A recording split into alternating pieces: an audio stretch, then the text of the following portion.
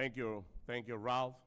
Um, Good evening, Paterson. On behalf of the Municipal Council, we welcome you to the regular meeting on Thursday, November 14 at 7 p.m. Kindly note that the executive session will take place at 8 p.m. For item number 56 and 59. The meeting is now called to order. Madam Clerk, please call the roll. Yes, Mr. President. Roll call for Municipal Council regular meeting of Thursday, November 14, 2024. Councilman Abdulaziz. Councilwoman Cotton. Here. Councilwoman Davila. Councilman Jackson. Councilman Here. Kalik. Present. Councilwoman Mims. I am here and ready to serve. Councilman Udin. I'm here, Madam Clerk. Councilman Velez. Serving, I'm here. Thank you. Mr. President. Present, Madam Clerk. Thank you. Mr. President, this evening's prayer will be, the person praying will be introduced by Councilman Udin, as well as the person who's doing the flag salute. Thank you, Madam Clerk. Thank you, Council President. So I welcome here for our to lead the prayer tonight, Pastor Ana Fernandez from Iglesia Centro Cristino, Casa de la Oración. And today's flag salute would be led by Paterson Public School educator Zili Imani Thomas and a student, Razin Aswad. So thank you all for joining us tonight.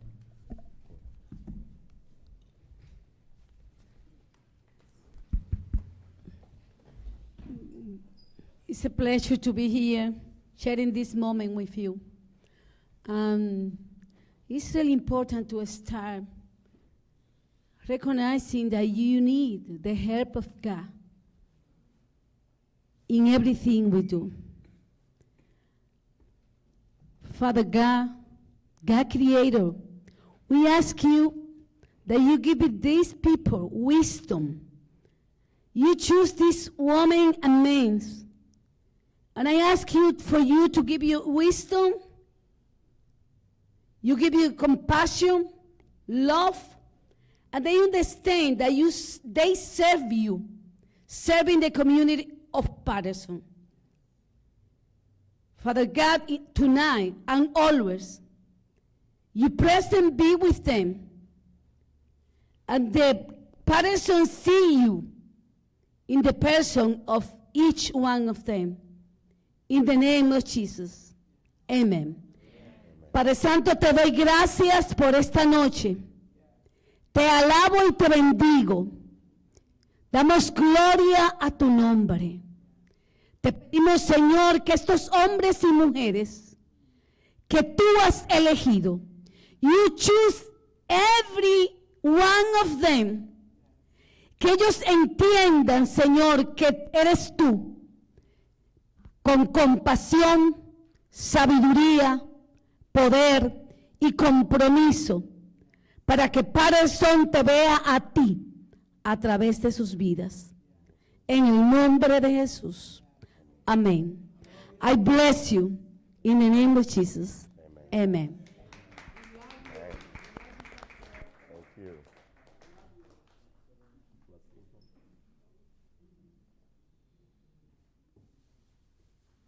Sorry, it's not only me. Es la confraternidad latina de pastores.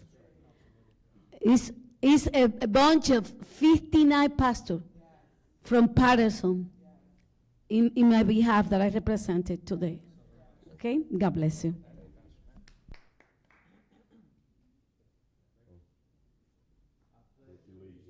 To the flag of the United States of America and to the republic for which it stands, one nation, under God, indivisible, with liberty and justice for all.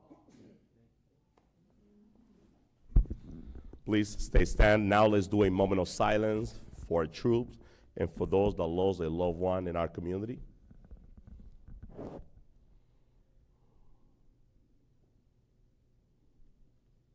Thank you. You may be seated.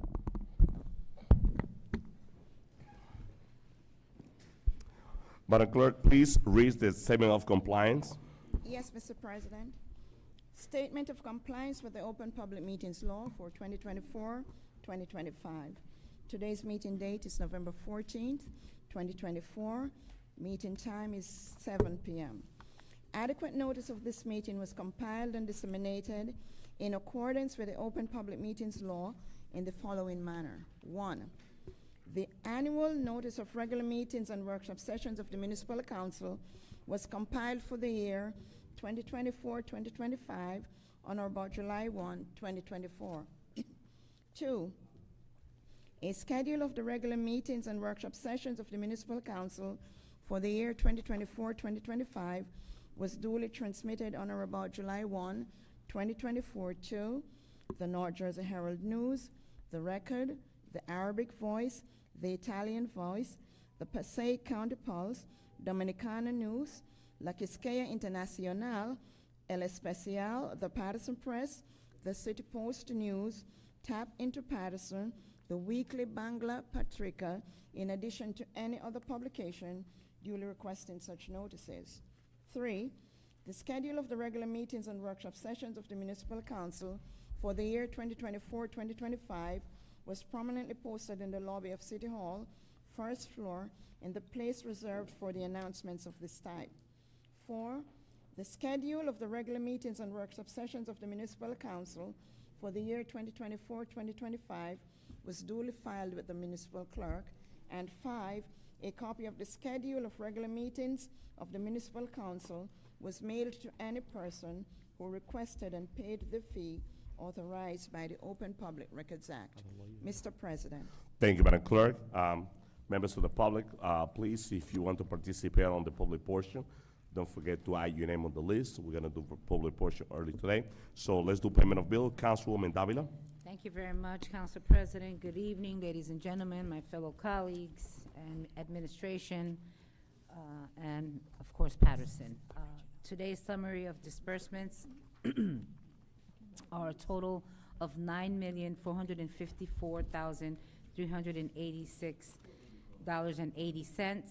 This was a payroll week, which amounted to $5,374,995.98. In addition to the computer checks, there's $4,079,390.82. Just let the record reflect that there is a Philco payment, there's Covanta as well. My motion is for payment of bills for the amount of $9,454,386. Second. There's a motion moved by Councilwoman Davila and second by Councilman Khalid, Councilman Mims, and Councilman Velez. Roll call, Madam Clerk, on payment of bill. Discussion. Discussion, Councilman Jackson. Thank you, Council President.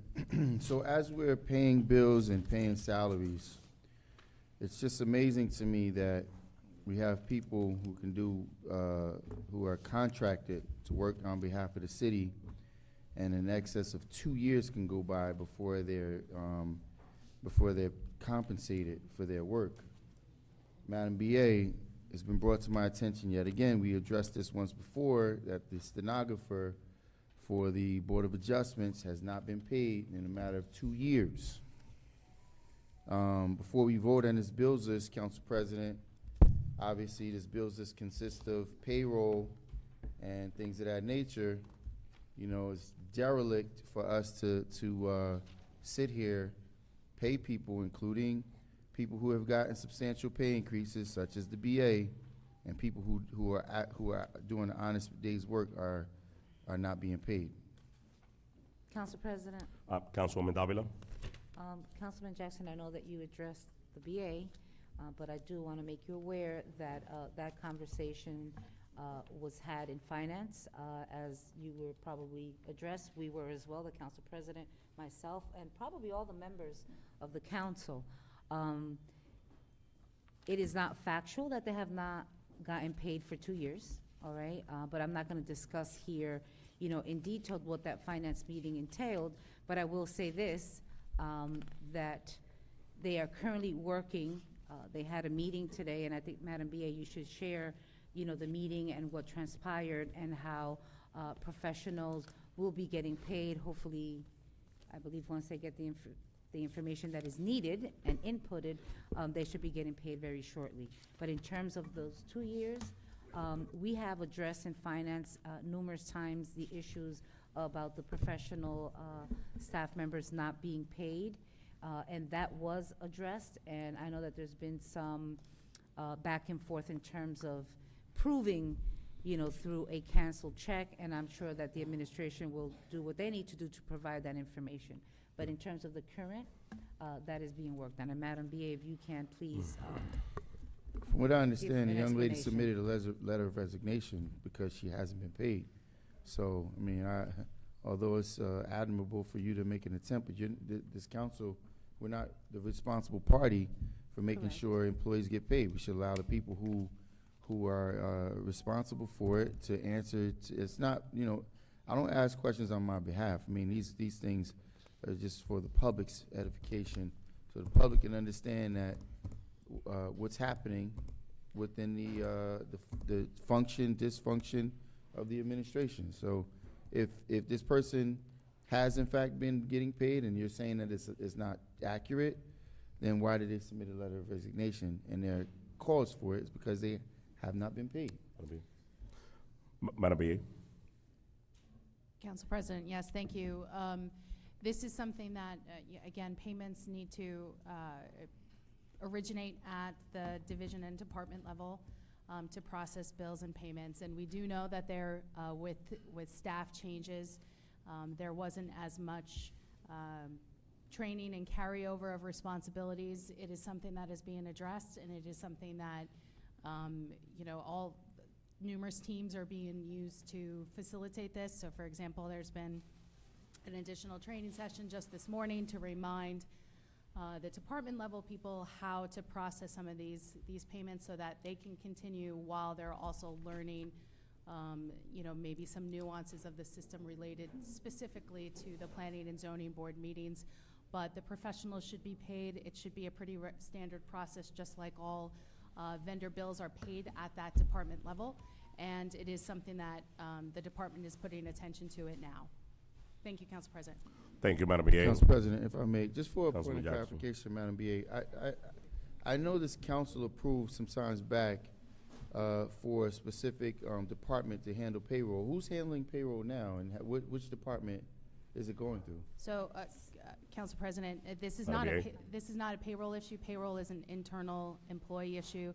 This is all professionals are paid through as Escrow. purchase orders and vendors through Planning and Zoning Division, which is the normal process, especially related to escrow.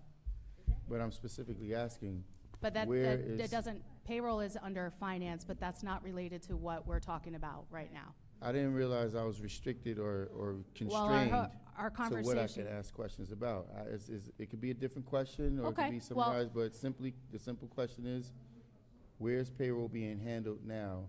And is it, Employee payroll is through the finance department. All of these concerns that are being addressed right now is through the Division of Planning and Zoning. Thank you, Councilmember.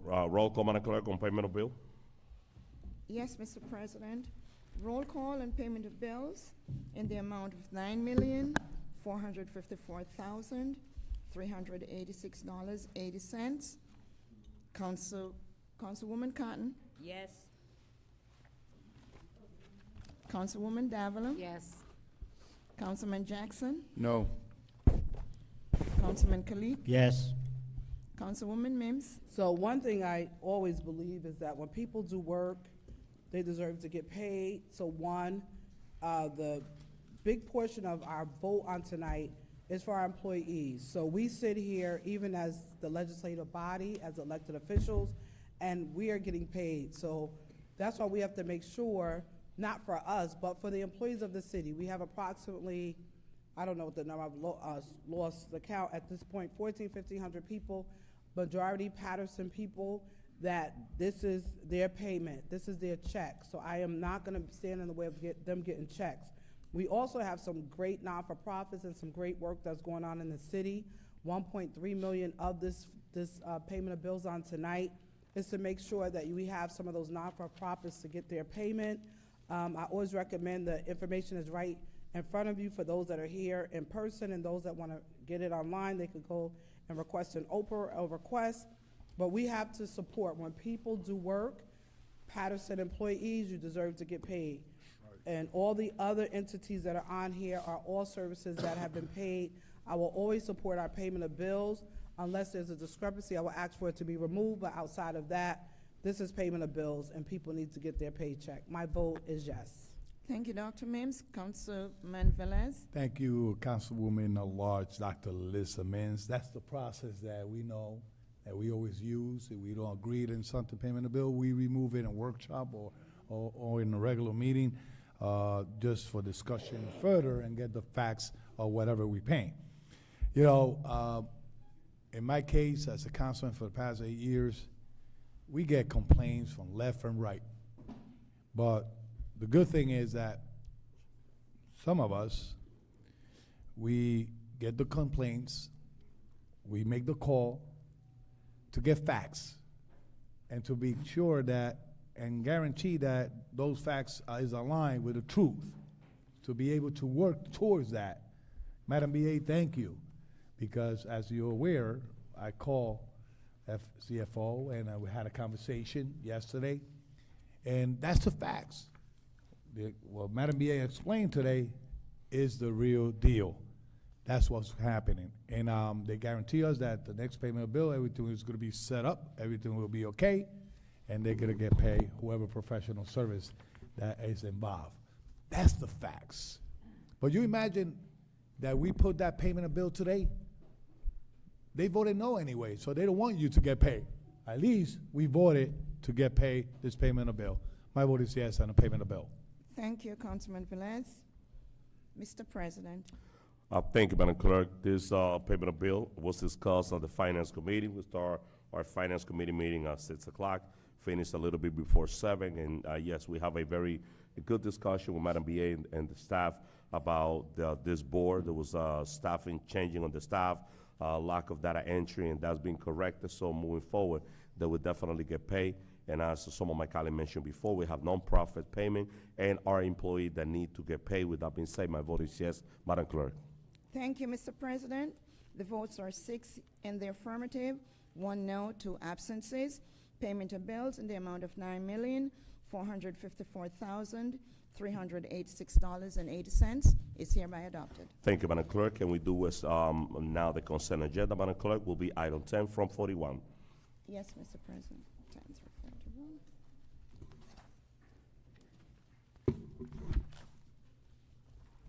All matters listed under the consent agenda are considered to be routine by the council and will be enacted by one motion.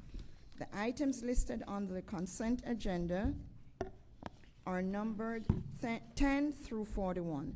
Any item may be removed from the consent agenda by the request of any council member, and if so removed, will be treated as a separate item. So moved. Second. Discussion. Council President, can Sure. we move item 19? The item, 19 to vote separate.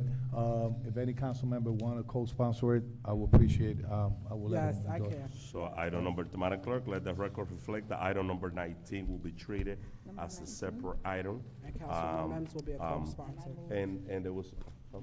And it was moved by Councilwoman Davila, second by Councilwoman Mims and Councilman Velez. Discussion, Councilwoman Mims. Discussion. So, as previously stated, I have several items on here that are sponsored by myself with other council members. Even though it's moved by certain council people, I would like those particular items to reflect that these individuals are the sponsor on these items. To our Madam Clerk. Yes. So in the consent agenda, that it will be identified for the items that I'm a part of the sponsorship, that it will be identified as such that we move those items. Okay, so Okay? Council President, Do you need the numbers of those items? the items that you're removing, give me those numbers. So they're not being 15, removed, 16, but Councilwoman 15, 16, To reflect that- 15, 17. 16, 17. Yes, we have 15, discussion. 16, 17, 18. correct. Okay, 16. Council President, 15, 16, 17, 18. let the record reflect Thank that Councilwoman Dr. Alyssa May will be co-sponsoring 19 when we get to it. Thank you, Councilman Velez. Anytime. thank you. Thank you, brother.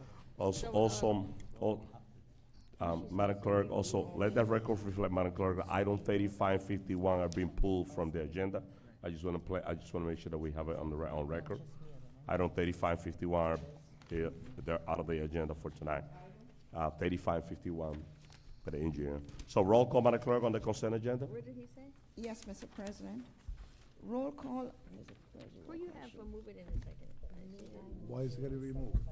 Roll call on the consent agenda as amended. Wait a minute, I said it. I know I said it. Council President, my apologies. Councilwoman Cotton also second the consent agenda? Madam Clerk, let that record reflect also that consent agenda is being seconded by Councilwoman Cott. As well. Councilman Mims, Councilman Velez, and Councilwoman Ruiz. Council And President. moved by Councilwoman Davila. Councilman Velez? You know, I get a little bit concerned when things is discussing workshop and it's moved to a vote today, and there's no explanation why they move in this resolution to table it. When it's Item number 35.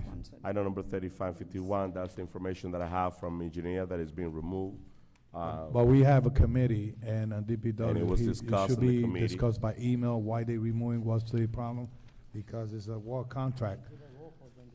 Yeah, Yeah. no, So for discussion. let's do roll call and we come back to that discussion. Roll call, Madam Clerk, on the consent agenda? Roll call on the consent agenda as amended. Councilwoman Cotton. Yes. Councilwoman Davila. Yes. Councilman Jackson. Councilman Khalid. Yes. Councilwoman Mims. So I want to, there's some great items in here, but I want to acknowledge in this particular item that we're voting on to Pastor Lagarde, if you're watching, his yearly Winter Wonderland honoree list. Vanessa Renee Thompson, congratulations. Elvina Johnson, the owner of John Jack's Restaurant. Jamar Grayson, Rayshawn Nero, congratulations to all of those honorees. You will receive this information, you will receive your plaques at the celebration. My vote is yes. Thank you, Dr. Mims. Councilman Velez. I just want to highlight number 12, resolution authorizing application to and accept a fund from the New Jersey Department of Community Affairs, Recreational Opportunity for Individuals with Disability Grant. We need that. We need to cover those individuals that are less fortunate.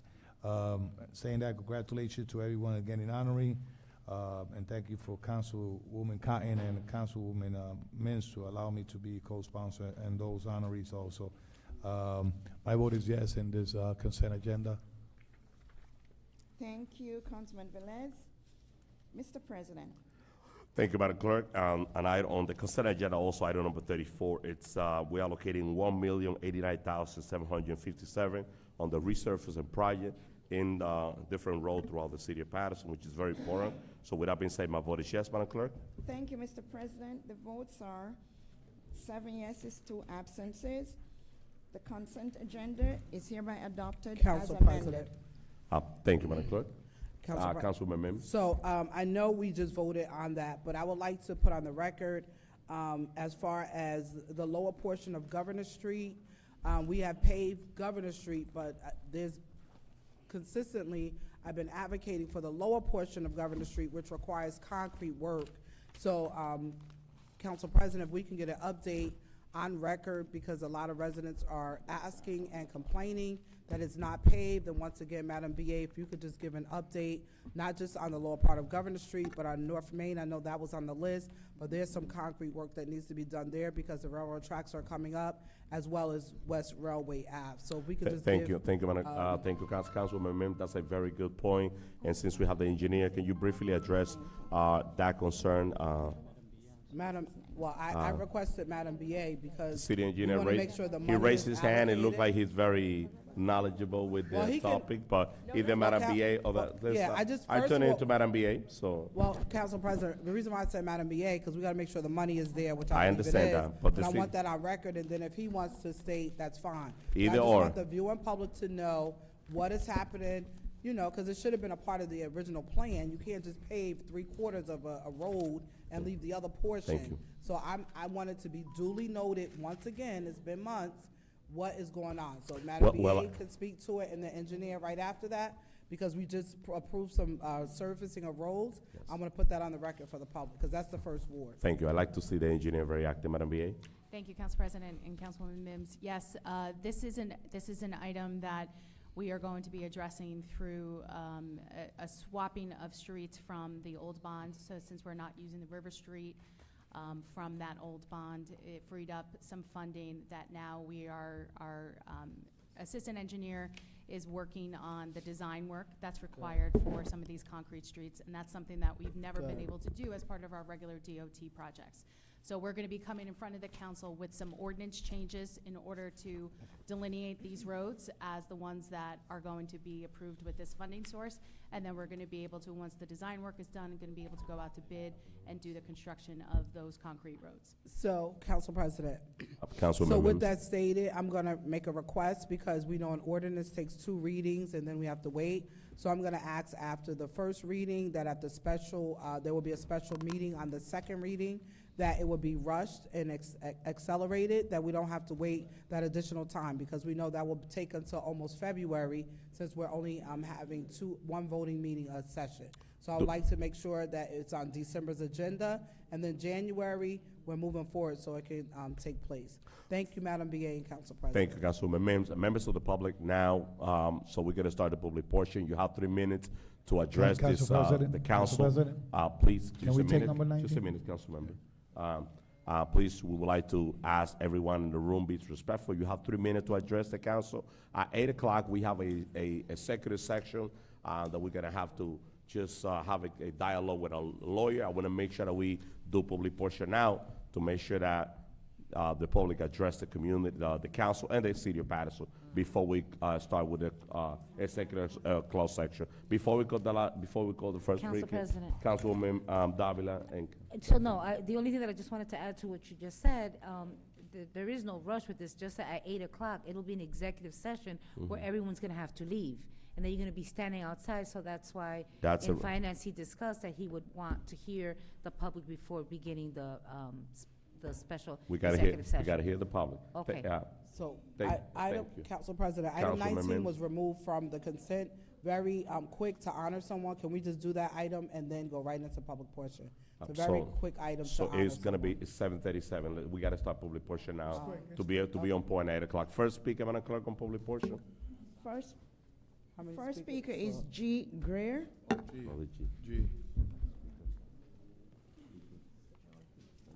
Guess it was meant to be, because when I came in, slot number 1 was still open.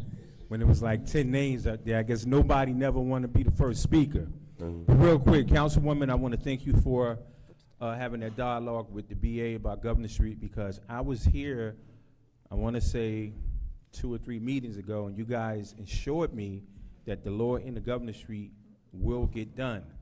I'm driving through Governor Street, and people are calling me, yelling at me, like, why the street isn't done. I was like, well, in the meeting, they told me it was gonna get done, and it wasn't done. And what really disturbs me is that I would love to take you guys on a tour of the city, because I still don't think you guys understand Governor Street. I appreciate, the residents appreciate Governor Street being paved from the section it was, but the lower end is the worst part. That has been like that, like I said, since I was born. It has never been paved. And I'm seeing councilmen and I'm seeing the mayor on Facebook posting roads that recently got paved that really didn't need to be paved, more than Governor Street. So I don't understand. Like I said before, you guys, I understand you fighting for your ward, but it's about doing the right thing for the city of Paterson. We need to hire someone who's more skilled than all of us to analyze these roads. And we need to say, well, this road is number 1, this road is number 2. I wish Al was here, because I think Al got the most roads done in his ward. Like, come on now. Governor Street has never been paved. Now, what I really came down here to talk about is 265 Hamilton Ave. There was a fire there 2 days ago. Our fire department responded swiftly, putting the fire out before it can spread. What they noticed was that there was a number of individuals living in this vacant building. So they called Paterson PD, came swiftly. Paterson PD took about 6 people in custody. And what broke my heart is when they brought the woman out and the toddler in the stroller. If you go on my Facebook page, you'll see, that's why I said today I need all of you guys' email address, because I'm going to try something different.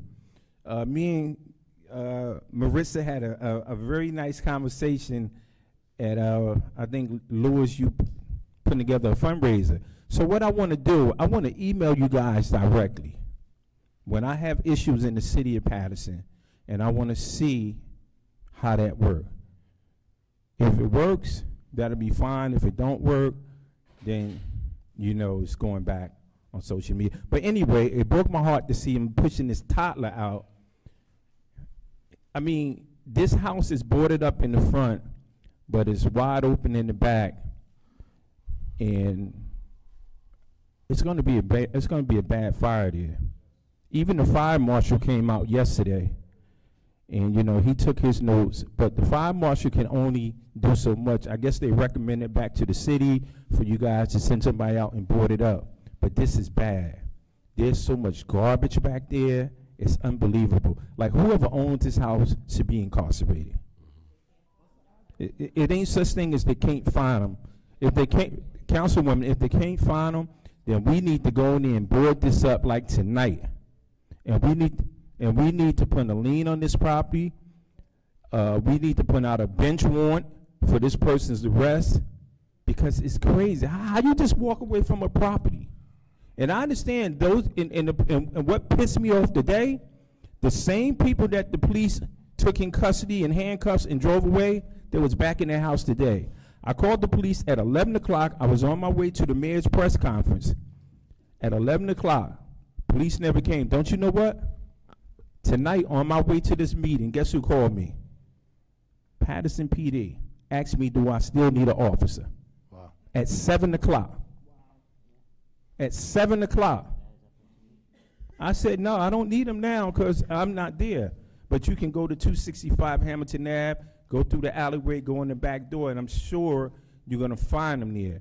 And these guys that's back there, they're bad guys because they're stealing from everybody on the block. Yeah. They're going in everybody's backyard, stealing from folks. I personally had a conversation with them today and told them, don't want to see you over here no more. But I know they're there right now. But my main thing is we need to get there. I hope, and if somebody can follow up and see what happened with the baby, because that broke my heart. Thank you. Thank you. Next speaker, Madam Clerk. Miss Patricia McNeil.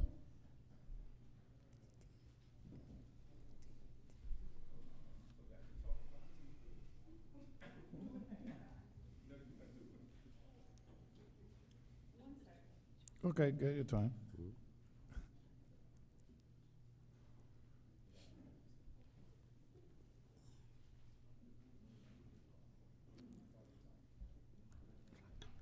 Patricia McNeil, resident, homeowner, City of Paterson.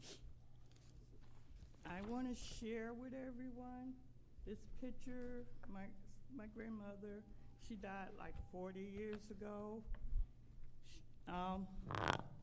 We lived in Selma, Alabama. She never got a chance to vote. Anyone that did not vote, shame on you. Okay? I'm here tonight.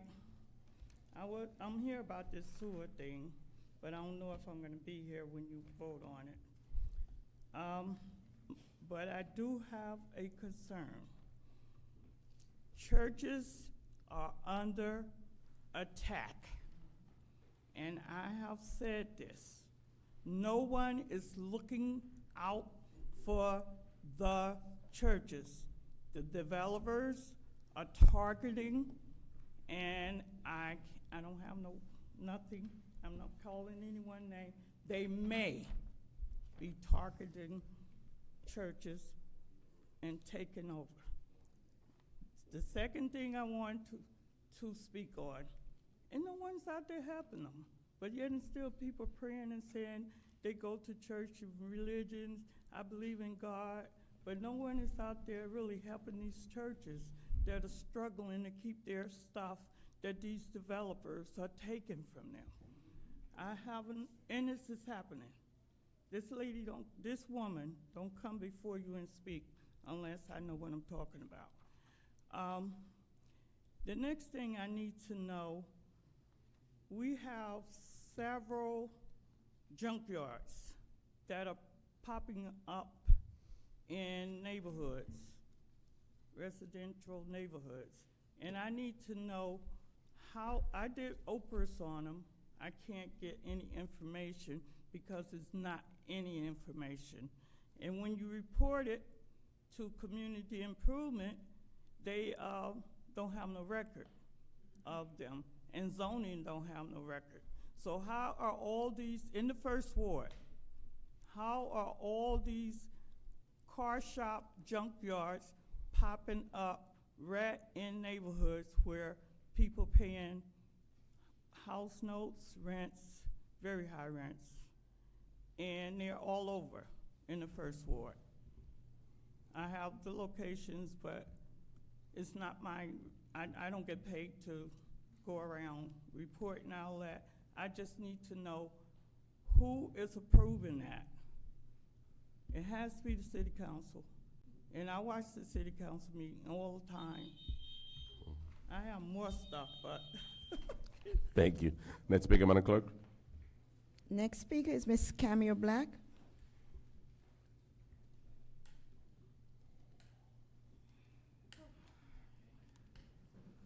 Good evening, everyone. I never come with a speech, but I had to rewrite this paper 10 times before I got it right because of these two babies. I knew they would be here. I usually come here, I usually curse, but for y'all too, I did this one for them. So I'm gonna start off. Good evening, everyone. I previously decided never to attend another City of Paterson council meeting due to over the years of me coming here, numerous meetings, seeking help, voicing my complaints, concerns, and only to have them fall on deaf ears. Our city is in tremendous trouble due to high crimes, drug, mental health, homeless issues. I felt I needed to be amongst the residents of Paterson, trying to aid them with some type of healing process. And if all we can do is pray together, I thought that would be tremendous help. So I was overjoyed when I noticed the council president approaching the candlelight that we was having. We was praying as he approached us. I never knew what it meant when people said, if you talk about God, the devil will flee. My God, and that's exactly what the council president did. He ran away. Council president, I also want you to know, the Bible says, watch as we pray, and we was watching as you ran away. That was very rude and very disrespectful. I get it, though. I really get it. But I also want you to know that it didn't go unnoticed as the council president that showed me exactly who you are as a person. I thought you wanted change, but I was wrong. Shame on you. And as always, I would like to thank Ruby Cotton for always being at every function and supporting everyone. God bless everyone, and y'all have a blessed night. And that's it. Next speaker, Madam Clerk. Next speaker, Mr. Corey Teague.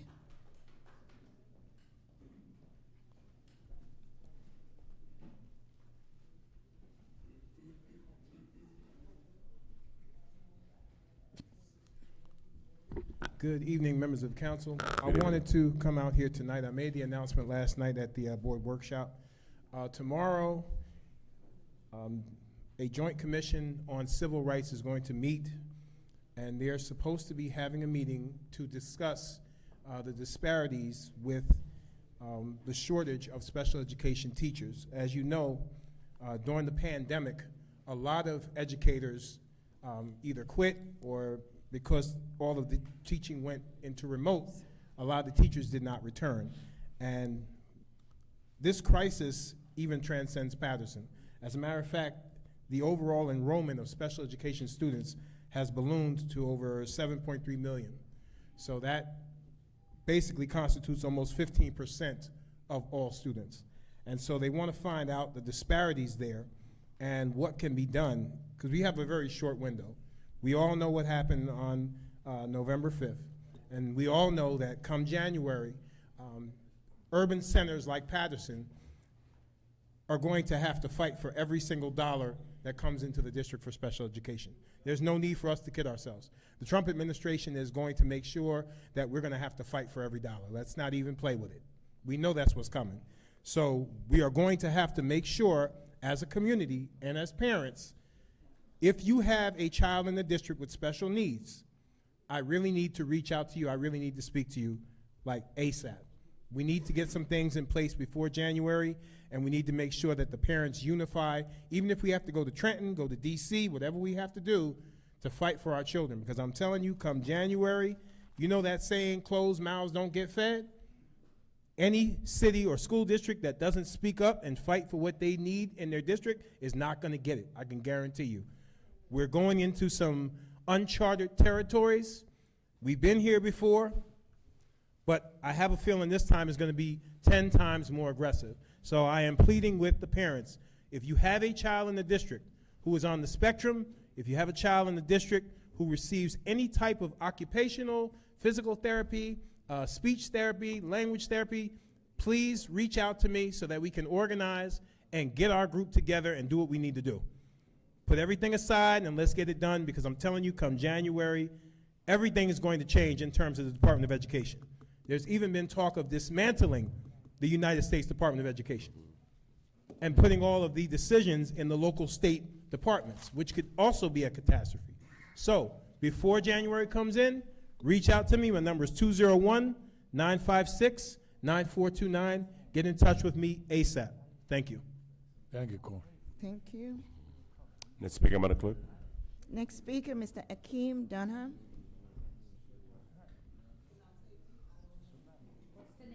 Mr. Akeem Hakeem. Dunham. Thank you, Madam Clerk. I'm going to pass along my 3 minutes.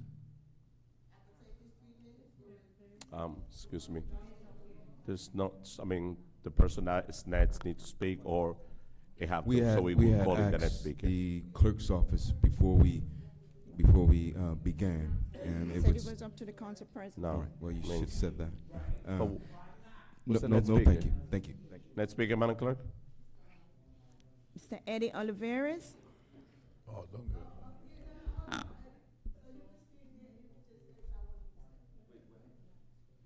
What?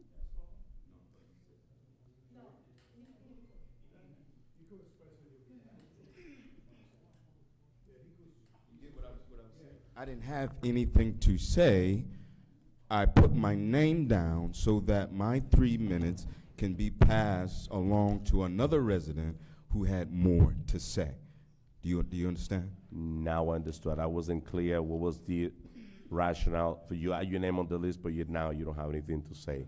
I know we only have 3 minutes. Got it. And Okay, I know understood. the council body voted no on having 6 minutes. Okay. And so sometimes I- people I- have more to say and need more time. No, So- I understood. I understood. Well, you called me back to the mic, so we So basically members of the wasted some public, time. and I do apologize.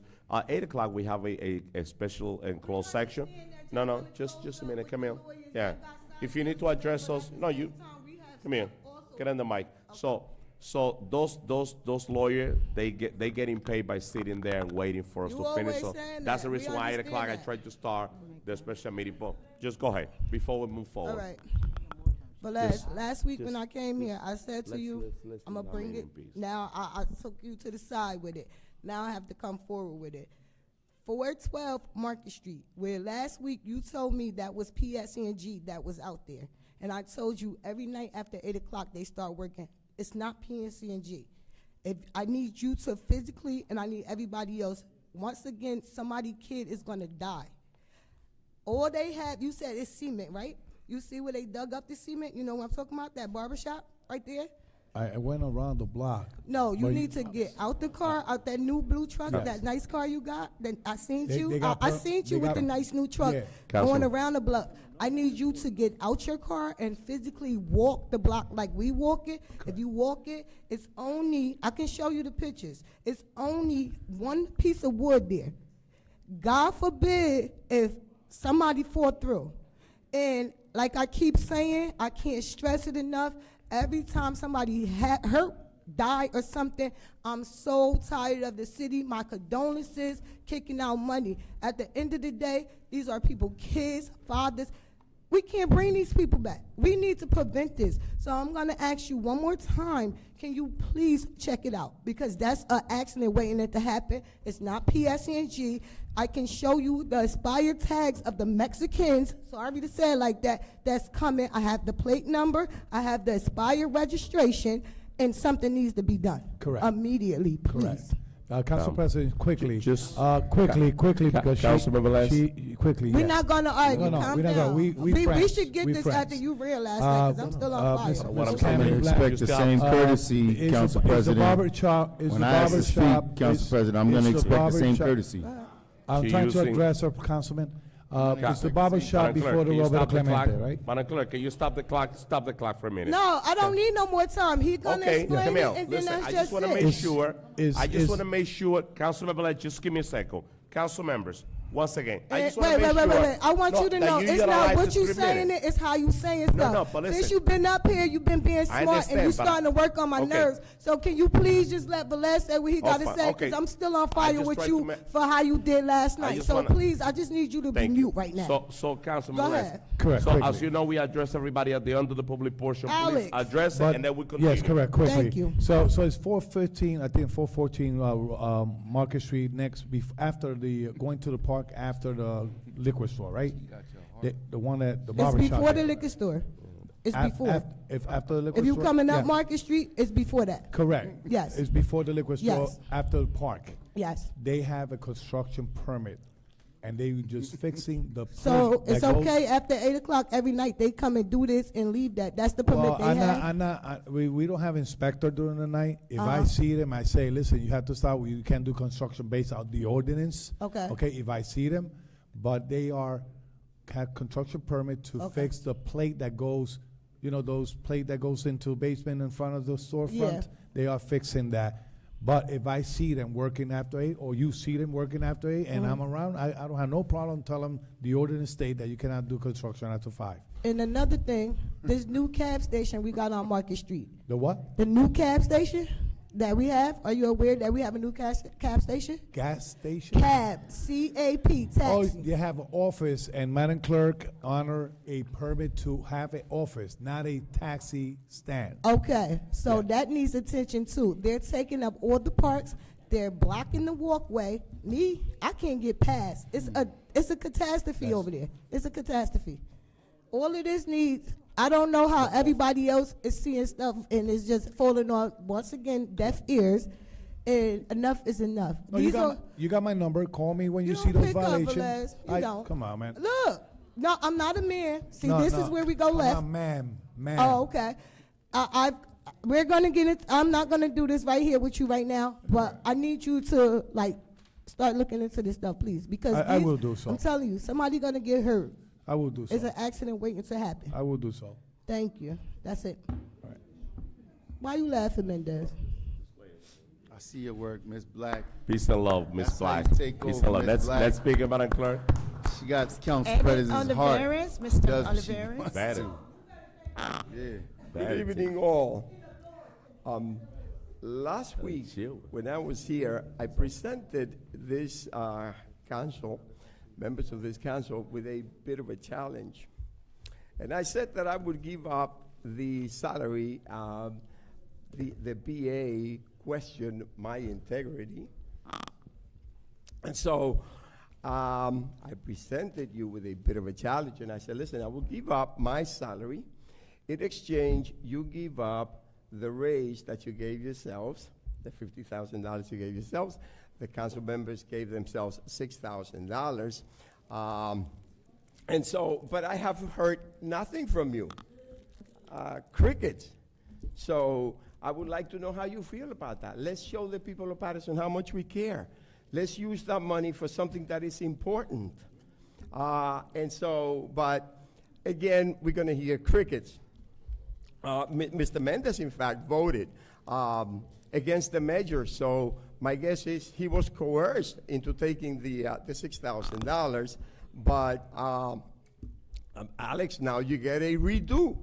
Now you can present a resolution to rescind that raise. He's playing with his notepad, making up little faces. Anyway, Mr. Velez said that what you used to gauge that raise, it's a comparison to other cities. No, I'm not wrong. That's exactly what you said. And so, just be quiet and listen. Be quiet, sir. Be quiet and listen. That's what I You said. cannot disrespect me, sir. And so, he says that you compare it to other municipalities, and based on that, you gave her a raise to kind of match whatever they're making there. But you didn't say, let's compare the cities. You know, it's just the salaries. Yeah, let's give her a raise in salary, but not the city. No. And so, you know, anybody with, the intelligence of a Forrest Gump would say to Madam BA when she comes to you guys for a raise, you say to her, we don't have the money. And even if, it's unconscionable that we have so many problems here in the city and you guys are giving yourself raises and stuff like that. So the answer should be, if you think you're not making enough, what you do is update your resume, send it to the private sector, see if they will have you for the kind of money that we're paying you. But I want to close with this. I don't know how many times Alex has said that, the reason that people criticize this city is that, for the fights over here in the council. Time is up. And the answer is not speaker, Madam that. Clerk. All the people talk here for 5-10 minutes, but That's you the guys, council but anyway, Thank listen, you. Next speaker, Madam Clerk. listen. Next speaker, Madam Clerk. So, Good night. Next speaker. what you say Good night. Please, Councilman. is that it's because of the fights in the council. Next speaker, Madam That's Clerk. not the reason. The reason is the Elvis crime. Next speaker, Madam Listen Clerk. to me. Mr. It's the Elvis crime. It's the drugs. It's the Elvis shootings. It's the prostitution. Those are the speaker. things Elvis that people Duran. criticize. Next speaker, Madam People Clerk. couldn't care less about what you fight Thank you. about. Next speaker, Madam But Clerk. you fools. What's the Elvis, name? I just want to Elvis know what he's Durham. doing. The name? Elvis Durham. Oh, the Elvis, church boy, Mr. L. my Thank you. church man. I just want to know what he's doing to make a difference. Thank you. Good evening. I came in peace tonight. Amen. Amen. My name is Elvis Dorm, 4th Ward, Paterson, New Jersey. Okay. Just want to say thank you to some people that's in the community, always looking out for the youth and the community. Mr. KC. Y'all know who KC is. All right? He always have his annual Christmas celebration. And I believe it's him and his organization. I believe the city don't give no funds. But we do have a separate budget for events in the city of Paterson. I want to bring that out there. Also, I want to say thank you to Sharon Easter and the Paterson Police Department, always doing their annual Christmas event, Halloween event, and Christmas event. Also, Miss Nancy Grill, G Grill, and the whole Barber Park organization. And also to Miss Camilla Black. She always doing her annual youth event. Paterson, New Jersey, we got to look at that. This is the third largest city in New Jersey with no community center building, no recreation center building. And these people is doing what they need to do. Also, I want to talk about the Art Factory. Art Factory is coming up November 22nd, right? So to the ones that's going to be bigging on the Art Factory with that big money, I'm going to give you some ideas. We need a hotel that could create jobs, because the Art Factory is right there by the National Park. We need a hotel and a performing arts center. Some of y'all said, why performing arts center? We got so many entertainment, we got singers, we got the 2024 McDonald Gospel Fest winner live in Paterson, New Jersey. We got hip-hop artists, jazz, we got Spanish singing, we got reggae. This is the third largest city in New Jersey with no performing arts center. The Art Factory, that's a perfect place to put a performing arts center, a hotel, and a recreation center. That place is big like a mug. Feel me? Also, Paterson needs low-income apartments. The rent is too doggone high in this city. Seems like Florida getting everything. Nobody can't buy nothing. And I'm talking to the administration. Y'all already know me. Okay, we need low income. 2025 is coming up, y'all. Also, now I'm getting into the downtown area. The holidays is coming up. We need walk-in policing in the downtown area. Walk-in policing in the downtown area. Please, give me walk-in policing only for the month of December. That's it, the whole month of December. So people could come here from out of state and spend their money and shop and park in our nice parking lots and parking garages. Also, I want to say thank you to the people always supporting the downtown area. My councilwoman from the 4th Ward, Councilwoman Ruby Cotton. Councilwoman at large Marissa Daria, I seen her shopping inside Center City Mall, spending that big money, eating that Nashville hot chicken. Councilman of the 5th Ward, Louis Velez. Councilman of the 3rd Ward, Aldis Mendez. Councilman UDDIN, Councilman at large. He always have his meetings in Doka Donuts in the downtown area. And Councilman Khalif. Just want to say thank y'all. And Councilwoman at large, Lisa Mims, was downtown Paterson, New Jersey today, shopping and spending time at the Parking Authority. I just want to say thank you. Hey, I'm trying to show you respect, trying to give you props. No, come on now, okay?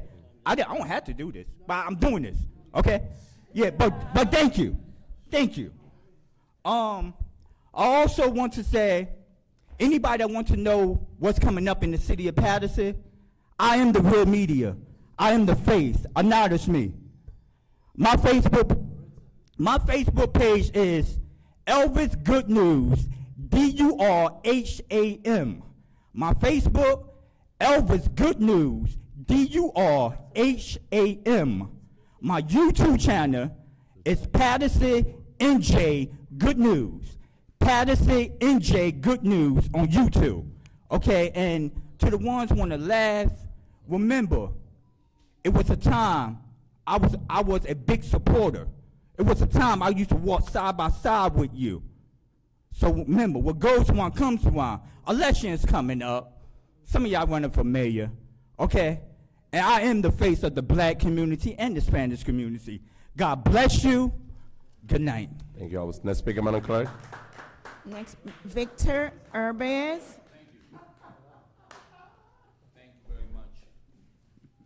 Good evening, members of the council, viewers, and the public in general. There are a couple of things I would like to address. One of them is there was a recent article on the Paterson Press that's titled, "Feds Hold Back $2.2 million from Paterson Community Development Funds." So that's an issue that I would like to get some answers from the city or from the members of the council as to what's happening. Obviously, the article spoke about the city's failure to spend those funds. So I would like some answers as to that. The other matter I would like to discuss, or at least address, I want to perhaps not mention any names, but this week I had the opportunity to meet with two of the council members here. One was for a public space that we needed, and it was promptly addressed. And I would like to say thank you to that council person on that matter.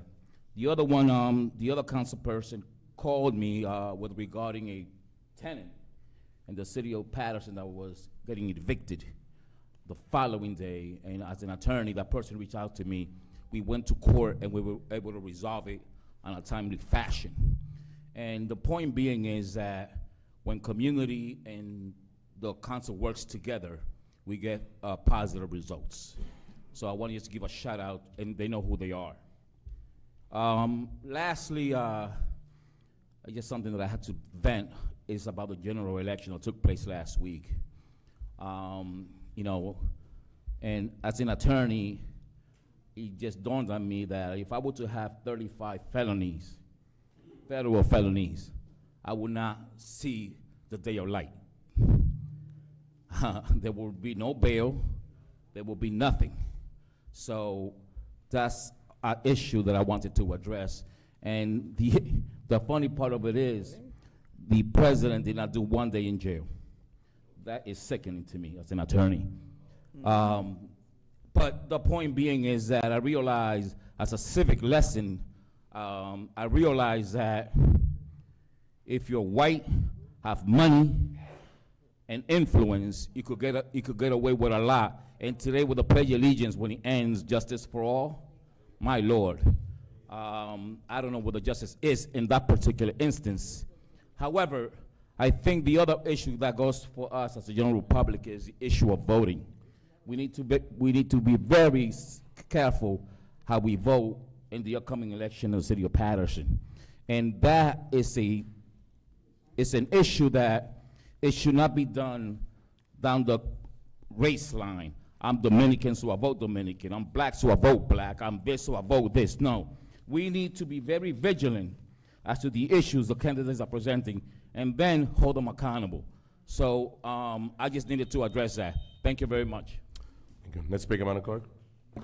Mr. Zelly Thomas. Zelly Thomas.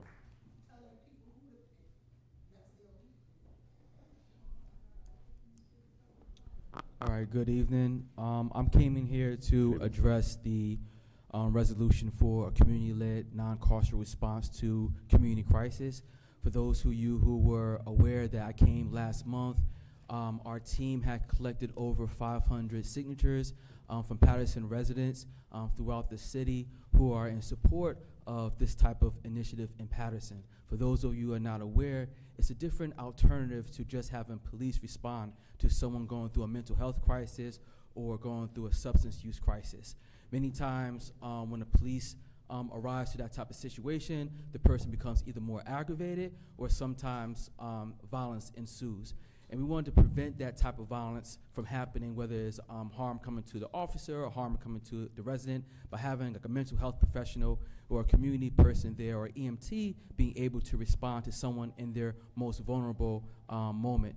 So what this resolution is doing is just saying that the city of Paterson is in support of initiatives like this and embraces these types of alternatives from being in the city and any other alternatives that will make the city safer for all of our residents.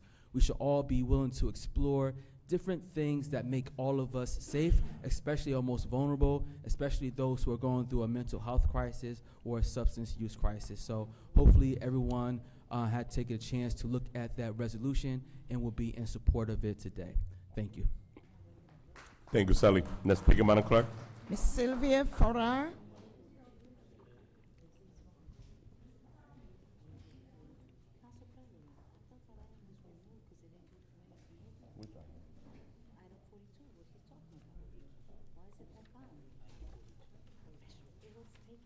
Good evening, everyone. Hello to everyone in Paterson. Sylvia Farrar. I reside in the city of Paterson in Brook Slope, which is a co-op. And there are certain co-op rules that govern our community and also, I'm sure, govern those who are sitting here on council. When a council person takes upon themselves to benefit, use the situation to their own gratification, as to employ people of their families to ingratiate themselves financially, that's illegal. And in your ethics, it says in a representative form of government, it is essential that the conduct of the public official and employees shall hold the respect and confidence of the people. Public officials must therefore avoid conduct which is in violation of their public trust, or in which creates a justifiable impression among the public that which such trust is being violated. Now, while I personally experienced some of this myself. Now, when the flow was occurring down on River Street and EMS, our mayor, and Red Cross, FEMA were all down there trying to fish people out of the water, the fire department. Our illustrious councilperson, First Ward, was knocking on the doors in Brook Slopes, trying to get signatures for his candidacy. Our illustrious First Ward councilman has his family employed by Brook Slope to do landscaping. His family was in Brook Slope as Mike Jackson's home repair, whatever they call itself, working on apartments, and even came into my unit to ask me, because I said, well, you know, I brought up about my wash machine. Well, I could do that. I'm like, well, of course, you know, nobody's licensed. I'm not gonna let anybody do electrical work in my house without a license, of course. But such things are happening. Now, how can you sit on the city council and gratify yourself financially off of a unit that you're supposed to be quote unquote protecting? I promised Ms. Joyner, before she left here, and those who were in attendance, that I would protect Brook Slopes from all predators. Because every management group that came through Brook Slope, because the board did not know any better, or because they participated, has stolen from Brook Slope. And what was happening with the landscaping, they were coming every week, stirring dust. There was no grass to be cut every week. You don't cut grass every week, anywhere. And now they have the audacity to try to get a bid to come back into Brook Slope again, because one of the board members is relative, self-professed relatives to Mr. Councilman Mike Jackson. So they're trying to get back in Brook Slope again. And when I took this landscaping company before the judge and asked the young man 3 different times, Judge Jacobs, what is his relationship to Mike Jackson? He refused to answer, clamped down, would not refuse. But we do know that they are a relative.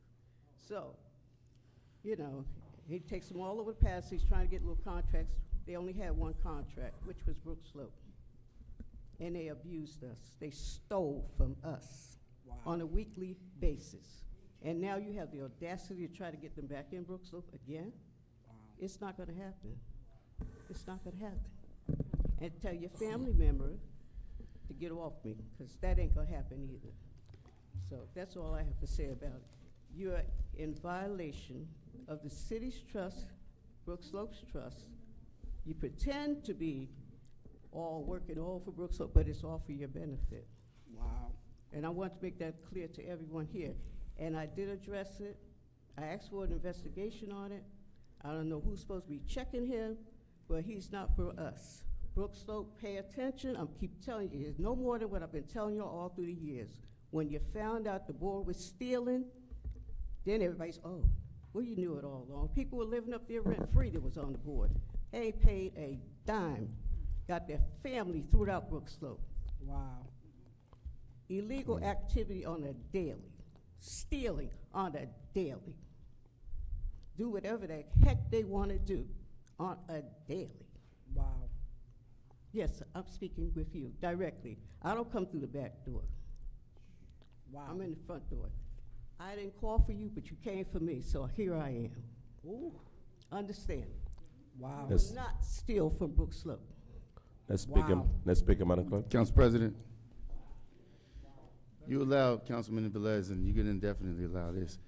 No, Madam Councilman PA, Jackson. can we please, where's the city attorney? I mean, you should report it directly to the attorney so there could be an investigation. Trust me, everybody up here on this dais would love to see me in cuffs. And whatever information you just passed was totally incorrect. That's not true. Can I have the floor and speak? Council members, First of all, council members, every council members, president, I have the council floor. member Les, or address one of the members of the community. I'm gonna allow him to address it, and then we're gonna continue the public portion. Go ahead, Councilman. I don't have no family You members. came for me. I don't have no family members You that came do for me. landscaping. Yes. I don't have no family Al members that's doing work up Landscaping there. and snow Listen, removal. take your complaint to the chief of police. I will escort you there. Michael Whatever Jackson's information you need home from me. repair. Michael Jackson home repair. What are you talking about? You know how many Michael Jacksons there are in this city alone? You were I don't in the have a home business that of the board that member do any home doing repair repairs. services. Thank you. All right, Oh, so let's continue then. No. You came to my home and questioned me about what happened in the trial. How did you know what was said in the trial? What are you talking about? I don't know about any Yes, trial. you lie if I don't you know about want any to. trial. What I know is Take care of your own house. You've had a picture of Andre Say on your door for years. Take You've care never of supported your me, own and house. now you're coming up here making a Take false care. What the heck accusation. is Michael? Report it to Andre the saying? city. Your Report family it. member had your I'll post give all you the over number our to the fence. Attorney General. I'll go down there with you. You better go to the Everything you're Attorney saying is General. incorrect. You better Everything you're saying is incorrect. We have 8 o'clock, we have a special meeting. Wow. I just wanted to make it public knowledge. Miss Linda Moore? of what is Council going on. President, Council President, let her finish. Let her finish. Miss Linda Moore? My God. Council members, please, members of the public, stick to the next minutes. As soon as we finish, we're waiting for the lawyer to have the executive section. So, good evening. lawyer's here already. They're already here, and they're getting paid with taxpayer dollars, waiting for us to finish. We get paid too. Oh,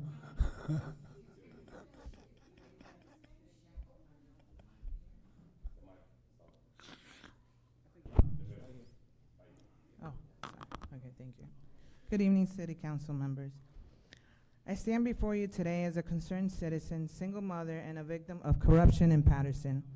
I'm here to expose the unjust practices of prominent developer Florio and seek fair compensation and resolution. I purchased the property from Florio unaware of the hidden costs and corruption that would follow.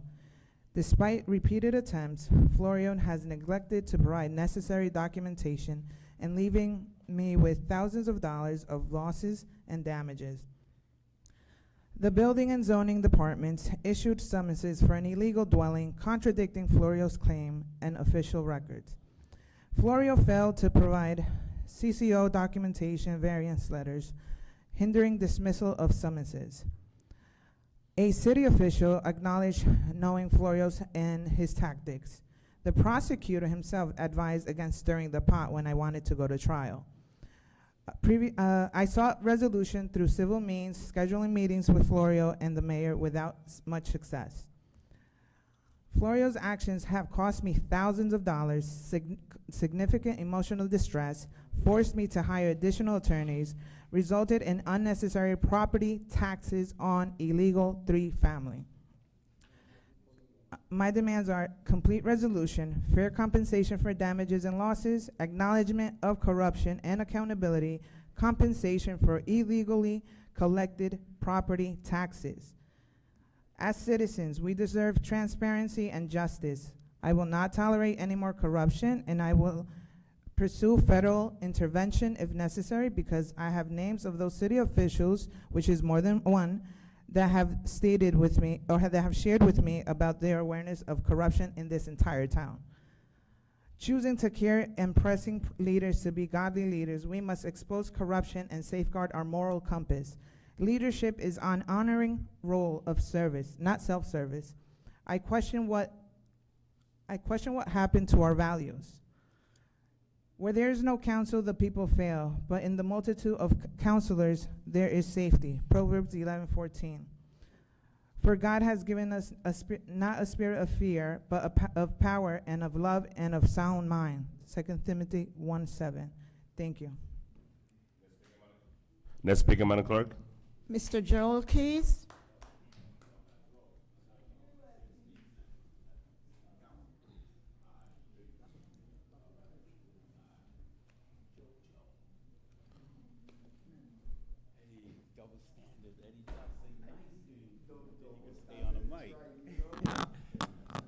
Joe Keys, Paterson. In 1968, H. Rap Brown said, "The Republicans serve the interests of the Republican Party, and the Democrats serve the interests of the Democratic Party, which leaves no one to serve the interests of the people, especially poor people." The Bring Democracy to Paterson movement means the people organize and mobilize as a united force to serve the interests of the people. During an interview in 1998, A. Peter Belly affirmed, quote, "Malcolm X believed in independent political action. I mean, you would never hear Brother Malcolm do like some folks do today. They can give you absolutely devastatingly accurate analysis of the flaws of the Democratic Party, and then you say, well, what do we do about it? And they say, join the Republican Party. I mean, it's like a joke. And I tell them, I say, man, black folks were members of the Republican Party for 71 years, from 1865 to 1936. Then they became Democrats from 1936 to now. So you've given both parties sufficiently long periods of time to do something, and you see what's happening. Common sense tells you now to do something else, set up something that's independent. And Brother Malcolm believed in independent political action. I think he would have been involved in the political process, but I think he would have been very instrumental in forming an independent black-led political party, unquote. The late, great political analyst Glenn Ford referred to Democrats and Republicans as corporate Democrats and corporate Republicans who were representatives of the corporate imperialist party. In this process, political lobbyists who are corporate lawyers represent various corporations, and they give money to corporate Democrats and corporate Republicans. In this favor for favor racket, the lobbyists secure congressional votes from corporate Congress members in favor of their clients, the various corporations. Many of these corporate Democrats and corporate Republicans are stakeholders in these corporations. Malcolm X said, quote, "You got governors over states and senators who will grin in your face like they're your best friend and got interest in Africa and go there. And I know because I've seen them there," unquote. The civil rights movement is the best model for what the Bring Democracy to Paterson movement hopes to achieve. Tennis guru Nick Bollettieri was asked if he ever thought he would achieve the kind of success he did, and he said, quote, "If I had thought about it, it would have never happened. I just go and do. I don't worry about success or failure. If I surround myself with good people, then it improves my chances for success," unquote. That is the same philosophy I subscribe to while attempting this endeavor. Thank you, brother. Hopefully, the good Please wrap it up. people I need to surround myself to achieve success will hear the message and heed the call. Thank you. Next speaker, Madam Clerk.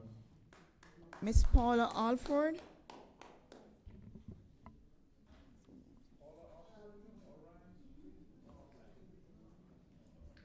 Paola. Good evening, Paterson. Good evening. Council. Good evening. Thank you for the 3 minutes. I'm here today as the co-founder of the Stony Road Neighborhood Network.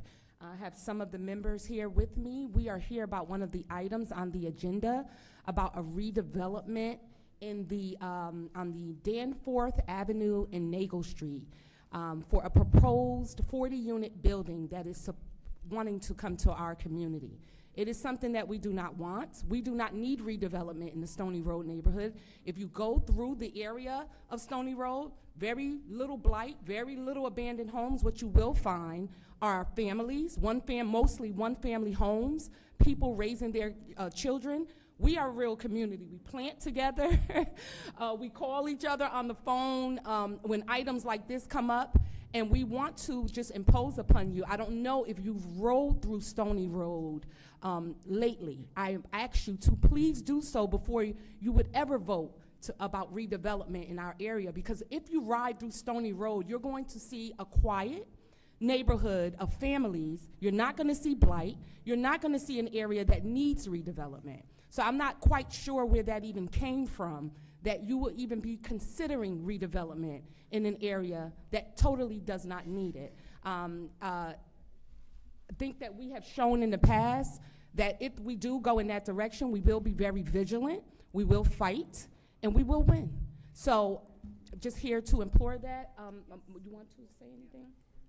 I'm just concerned because we just had something approved in September. Click close to the mic, Hi, please. Miriam. For the record. We just had something approved in September, and Nagel Street, where they want to do this rezoning, it's a school right there. It's a two-way street, and it's very narrow, very narrow. It should really be a one-way. It should be a narrow, it should be in, Khalid knows, he's our councilman, it's very narrow. Okay? All right, so that's our concern. We don't want this in our community. We don't want it in our neighborhood, and we're here to express that, to vote against it. All right? And we're only 3 tonight because we just found out about this at about 12 o'clock today. We just found out about it at 12 o'clock. Our association just found out about it at 12 o'clock today from an article that was written yesterday. Trust, it would have been about 50 to 60 more of us because we are a strong unit. So just ask you to please consider that in your vote. Thank you. Thank you. Next speaker, Madam Clerk. Mr. Michael Price.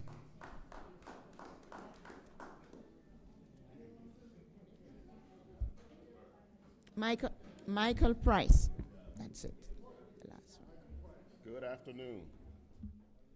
Yeah, good evening, Mr. Price. Good afternoon.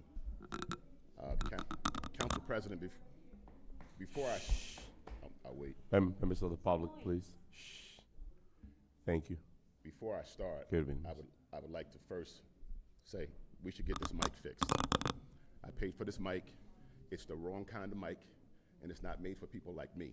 Let's get this mic fixed. This has been going on for years. It's ridiculous. But I also would like to ask for some grace while I talk to you guys, because several other people came here and they talked to you guys and they were allowed some grace based on that clock. So I need that tonight. I won't tell any lies, but I'm going to call some names, okay? My list is long, but it doesn't matter that it's long because it's going to be on the record. You got a stenographer over there. They're going to get it. I want you to get this list and get yourselves prepared to respond to these questions by next week, because most council meetings, the public comes here, we address our concerns, and they're never all addressed. You pick and choose the ones that you desire to address, and the other ones, they just fall on deaf ears. I'm a taxpayer, so technically you could call me bill payer.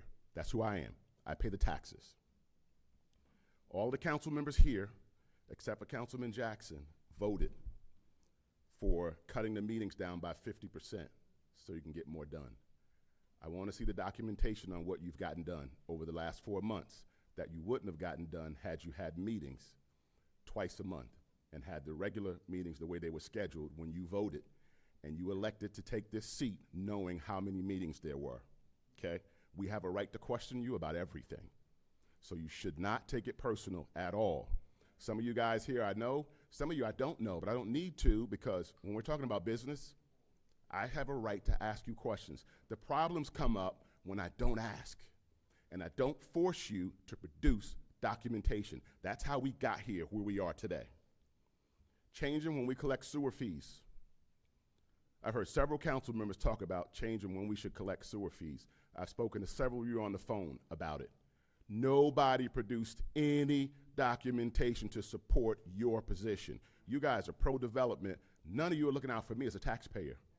When I bought my house here 20 years ago, nothing is the same. And I mean, there's not one positive thing that I've seen in this city since I purchased my house. Not one. And now you guys are looking to look out for the developers. Hey, wait a minute. I'm a black man in front of you, okay? I'm gonna tell you what the rules are. When the black people begin to figure out what's going on, you know what you do? You change the rules. So now, when I get to the point where my house is almost paid for in another year or so, you're gonna change the rules and focus on making illegal apartments in basements. I live on a block that has all Cape Cods. But guess what? You can't find a park on my street now. You know why? Some of my neighbors have illegal apartments. Why? Why are we doing that? There's no ratables coming to me. There's none coming to the city because you guys can't enforce any rules. To the business administrator, I sent you an email asking about the sewer collection fees. And I want you to know about the when, where, why, and how you didn't respond to my email. It's not cool. You took a $50 pay increase, but you can't respond to a simple email.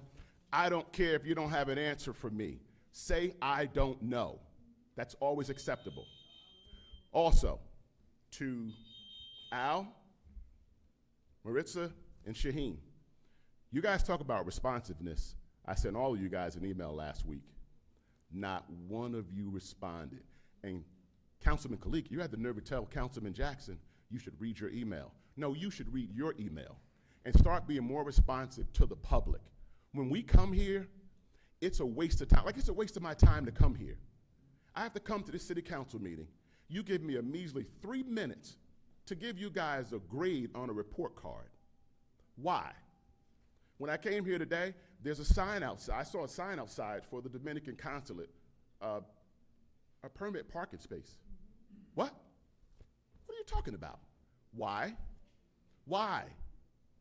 And do me one more favor, please. Stop. I repeat, stop with the street namings and stop with the flag raising. Stop it. Like, come on. I mean, you guys are a great body. I'm going to give you a chance to do something great. How about you write an ordinance and we change every street name in Paterson one time? Just change them to whatever you want. You know why? It means nothing to me as a taxpayer when you name a street behind a group or organization. I've been paying my taxes. Give me a second, Councilman. I've been paying my taxes for 20 years, over 20 years. You know what I get for it? An additional tax bill. That's what I get for it. And you guys keep street naming and you're raising flags. I don't care about a flag raising. I don't care. You know why? It means nothing. It falls on deaf ears because you guys keep going out. When I call you, you don't answer. Davila, you don't answer. And your voicemails, guess what? All of the voicemails are either full or they're not set up. What kind of business is this? Can you imagine? Now, if your paycheck was based on that voicemail working, it would work. You guys don't answer the phones. You don't respond to emails. But I constantly see you at photo ops everywhere.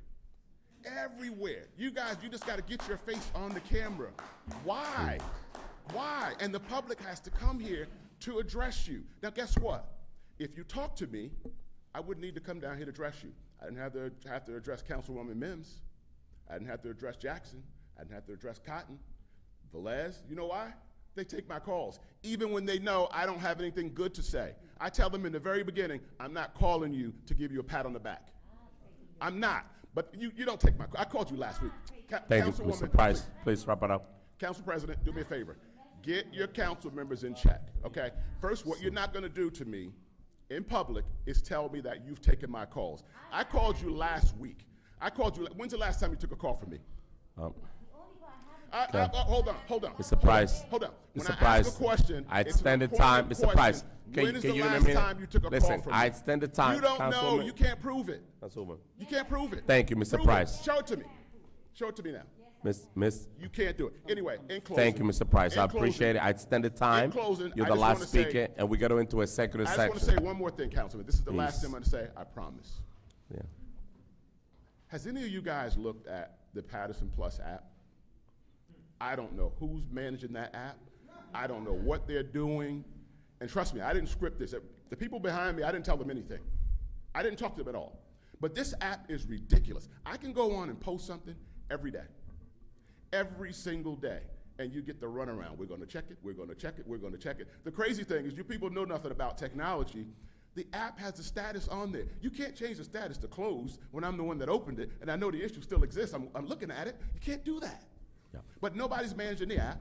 Nobody's managing this city. We don't know what's going on, and we need you guys to get it together and fix it. Thank you, Mr. Get it Price. together and fix it. Thank you. And I took your call. We spent half an hour on the phone. You did take my call, Thank but you. you told me Appreciate we were it. gonna meet for You owe me coffee. a You didn't coffee. do it. Yes. You didn't do it. We're gonna have a personal debate for 1 hour. Motion to close public portion. Moved by Councilwoman Davila, second by Councilman Kalik and Councilman Velez. Roll call, Madam Clerk. Roll call to close the public portion of the Municipal Council regular meeting of November 14th, 2024. Councilman Abdelaziz. Thank you, Madam Clerk. I'm going to use my 2 minutes real quick to give an update about some things that are going on in the 6th Ward.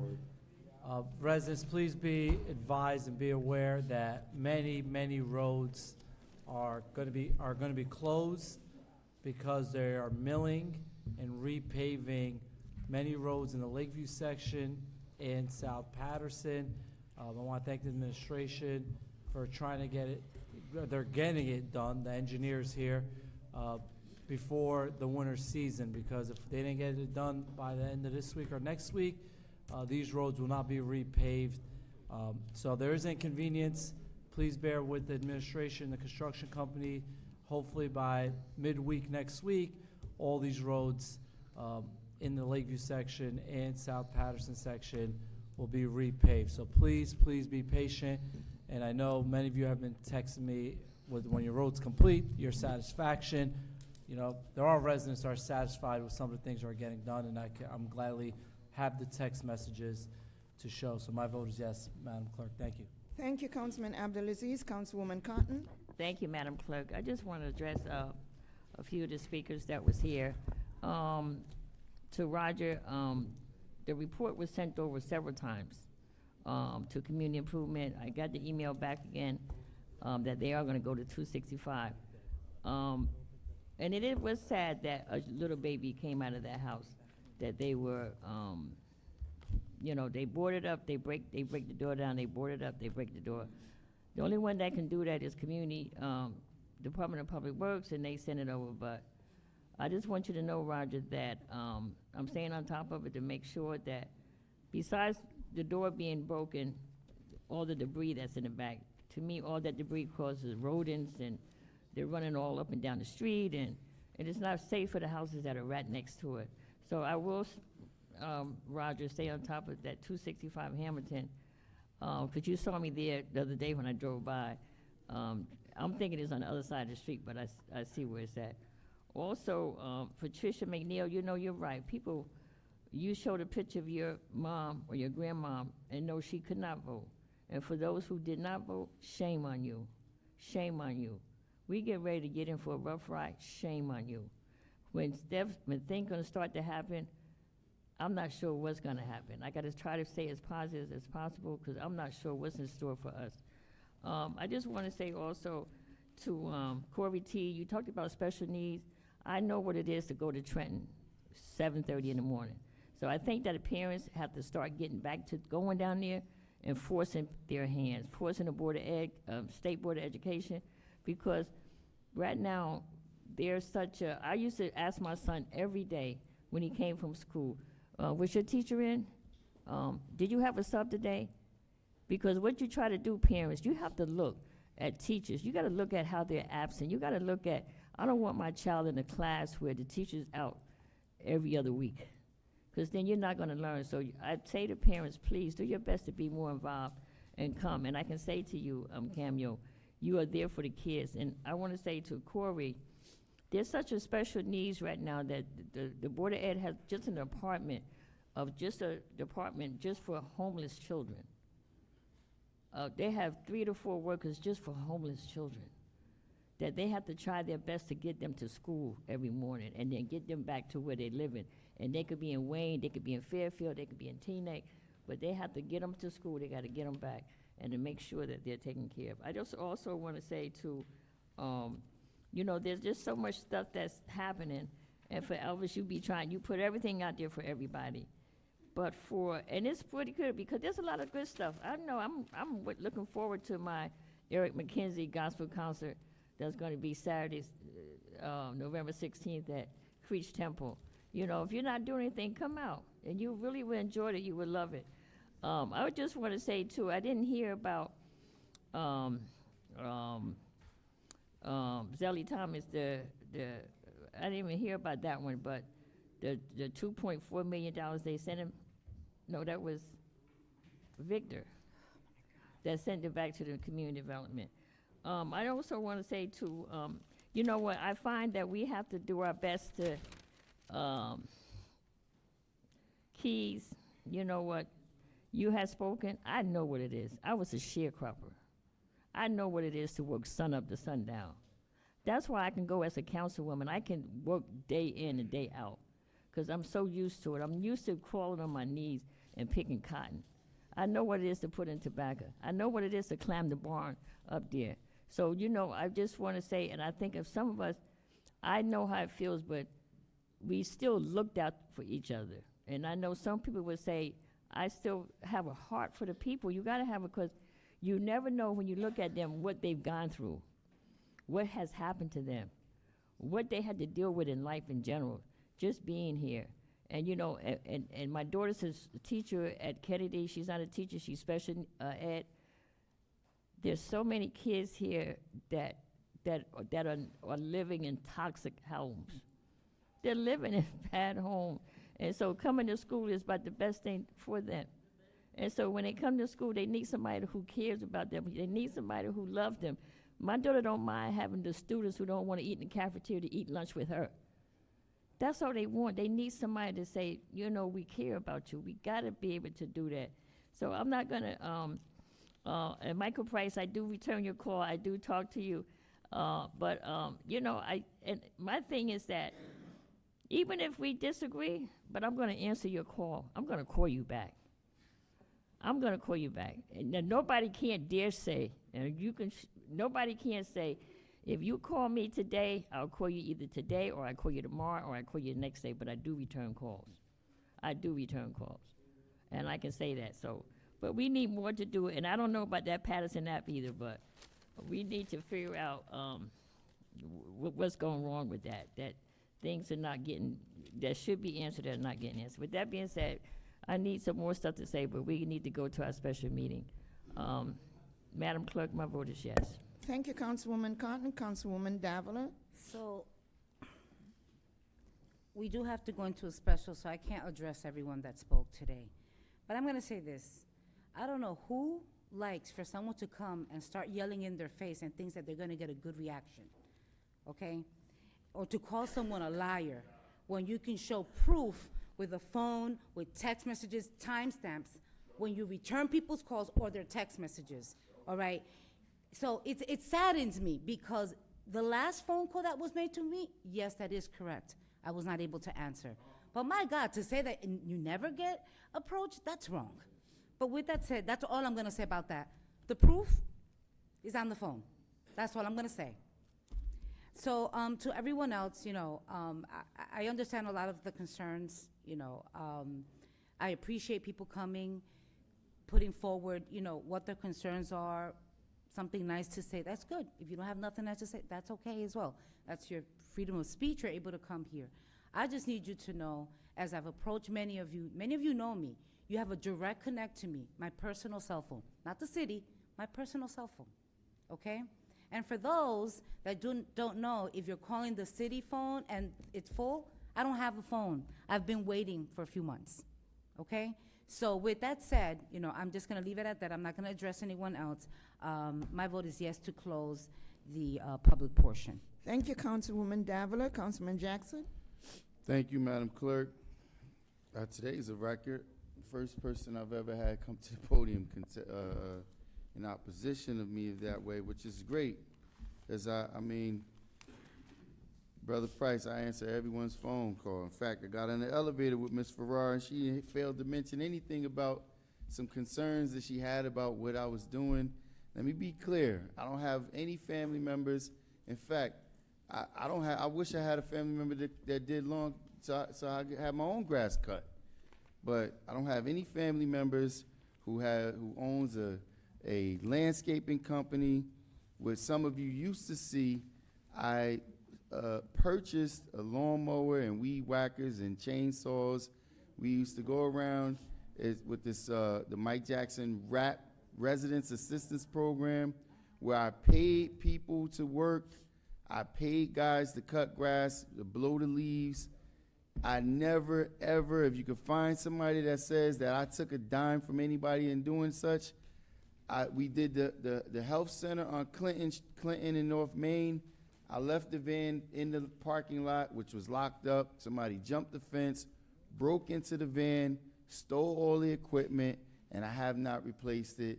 In fact, the van is now sitting in my driveway on Clinton Street. You can go check. The driver's side window's still broken.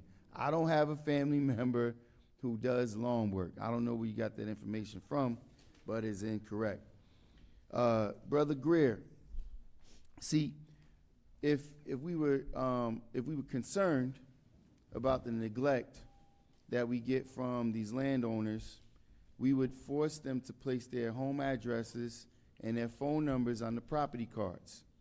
You go to tax division, and you trying to inquire who owns the property, you can't find it out. They got the property address listed, so you send a certified letter to the property owners when they should be getting cited for not properly taking care of their land. They can't. Nobody can get in contact with them. They don't have the numbers there because they're not even concerned with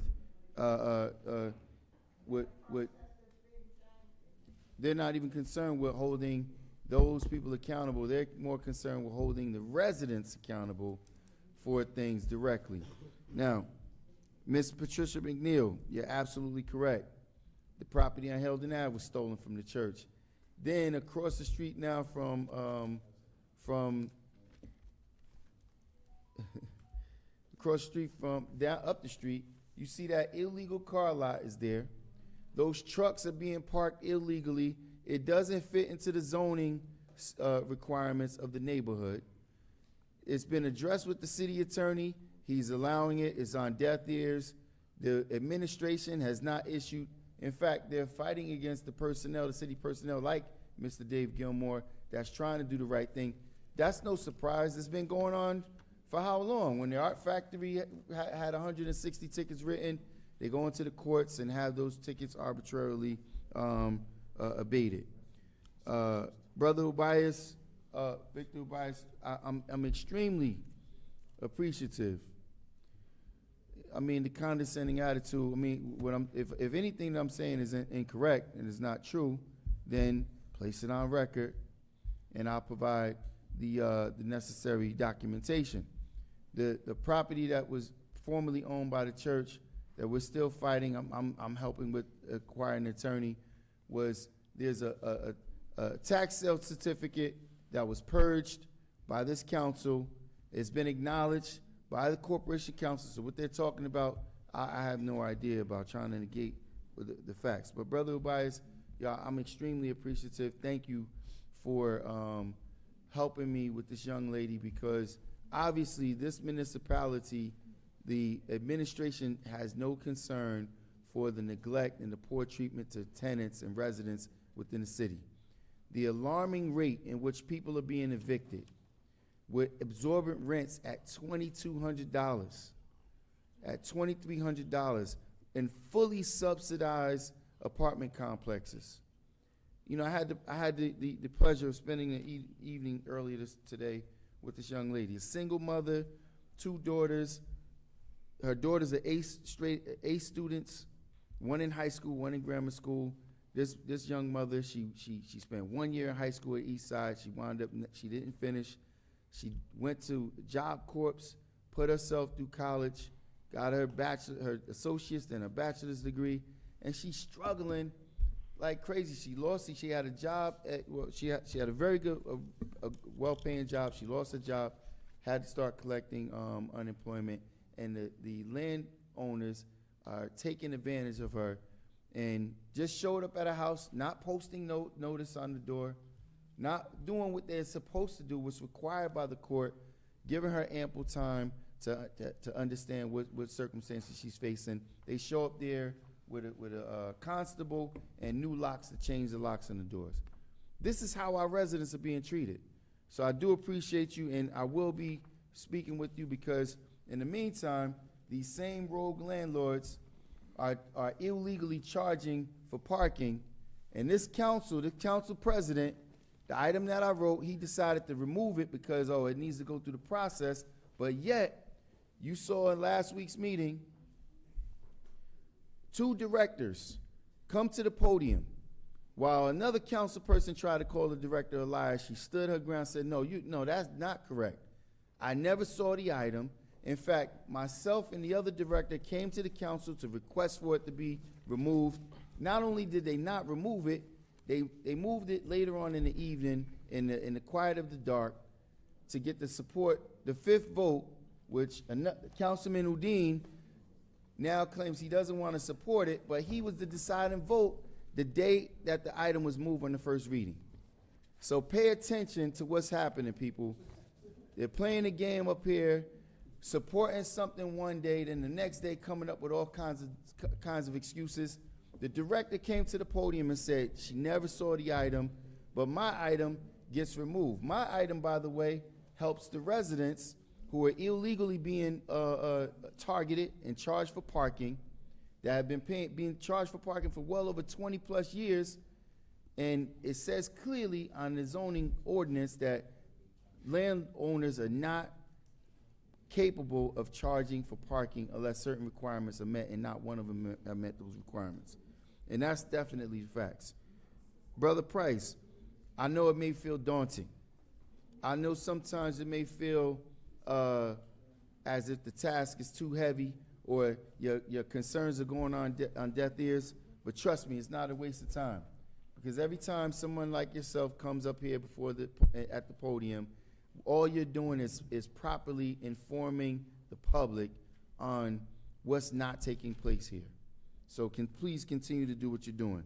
Brother Thomas, I respect and appreciate you, man. Thank you for coming. Just a point of clarity, a note to you.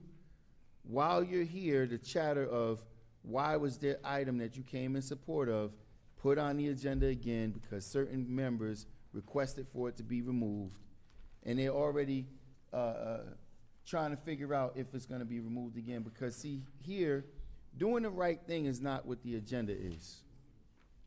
It's more so about who's doing it, who sponsored it, who's benefiting from it.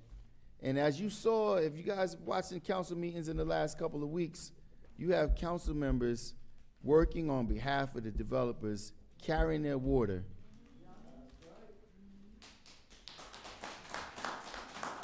Carrying their water. And then what's more, it's not even a surprise anymore. What's more concerning is how the council president has become such a water boy for the mayor. The same mayor that went on in the public paper, called him a criminal. Now they're kumbaya as it's like a football game. Mr. Mayor, you thirsty? You thirsty? Squirting a water bottle in his mouth, but the mayor's got his neck back. And this guy is doing his bidding. All the things before, not one item. And now all of a sudden, we got a water boy as the council president. It's amazing. It's amazing. And so, Ms. Farrar, if it's something that you would like to address with me, you have my phone number. If it's, please take a photograph. Please take a photograph of this truck that says Michael Jackson Landscaping Company. Take a photograph of the people who are doing the work over there. And, you know, the attorneys here, he would love to see me drug out of here in handcuffs. Trust me. They'll do the due diligence for you. And I can give you the attorney general's number. I can give you the prosecutor's number. I have nothing to do. I've never taken a dime from anybody up there. In fact, it's amazing.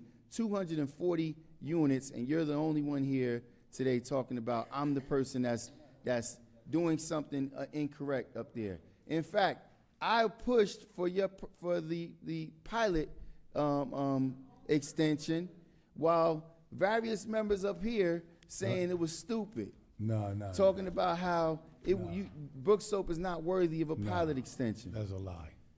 So I'm really curious on where you got your information from. That's not true. We You know, extended it. I know you were part of that water board staff as well. But anyway, Madam Clerk. Yeah, Madam for the Clerk, same thing. my vote is yes. Thank you. Thank you, Councilman Jackson. Councilman Kalik. Thank you, Madam Clerk. Councilman Jackson needs to mind your business. I'm a elected council person like him, so you need to keep my name, what I'm doing, out of your mouth. Obviously, I'm doing something right. That's why I'm in your mind. I never mentioned your name. But you know, I never mentioned your name. You know what you're saying. You feeling that water boy syndrome as well. You know what you're saying. You If know you would have whose run in the bootstraps you second one, licking. you would have I finished never like mentioned fourth the only place. name I mentioned was Udine. Probably. Only It name doesn't- I mentioned was Udine. You should keep everyone's name out of your mouth. Simple as that. You are an elected person. You are one vote. Hey, make one me. vote. Make me. One vote. Make me. That's it. Make me. Every meeting, Make I'm me. speaking. Make It's me my keep my turn. name out your You guys mouth. at a time, you guys spoke. Make me. You guys Please. spoke. All of us are elected person, just like you. Just like you. You got elected with 700 something vote. I tripled their number. Also, I want to thank Paula Alford, Chairwoman, for coming tonight. I spoke about that item on last workshop meeting.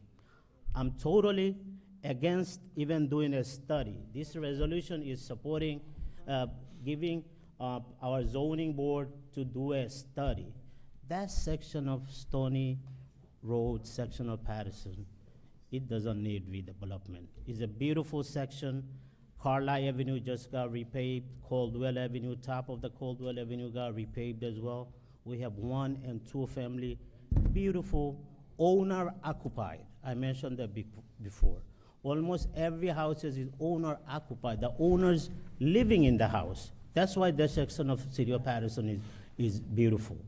And like I said in last week meeting, I don't think it doesn't even make any sense for even giving zoning board to do a study on it. Basically, we're saying if you own a 3 lot in City of Paterson, you could do a study and build a 5 stories building anywhere in City of Paterson.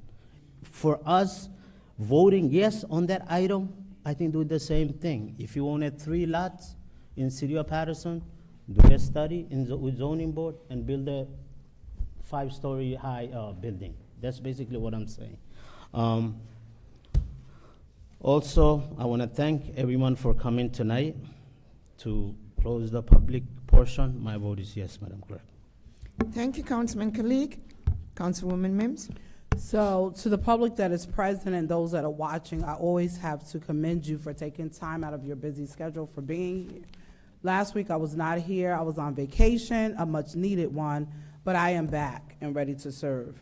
To all of the individuals that spoke at public portion, there were many, Madam BA, and to Corporation Counsel, there was a process where it was stated that when the public comes in the following meeting, those questions and the responses will be here and available for the residents. We need to not just have it here, there needs to be a process where it could be posted on our website as well. Because if people have taken time out of their schedule to come and ask questions, they deserve a response and or an answer. There were many things that were said, and I don't want to go into everything, but I'm going to take a look at your video. I made a point of reference not to view anything on vacation for a change, but I will take a look at that in the morning to see what's there and make sure we have inspectors. When it comes to the junkyards, this city council is not approving those pop-up junkyards. I have reported many of them. They're not just in one section of the city, they're popping up everywhere, but this council is not approving them. Sometimes we don't even know they're there until someone calls or we're riding through a street and we see that they've taken a residential lot or a property and they've made it into a car lot, junkyard, location, and or whatever. Some of this stuff happens in the middle of the night. You wake up in the morning, something is there. So that is not this council approving it. That is people taking matters into their own hands. I also want to say for school board, congratulations to Hector Nieves, newly elected commissioner, Henry Rosado, and as well Commissioner Corey Teague. I've had the awesome privilege of serving with Corey Teague in the past on the Paterson School Board. Corey has always been an advocate and an activist for our children and for their families, so I am very confident that our children will be in great hands.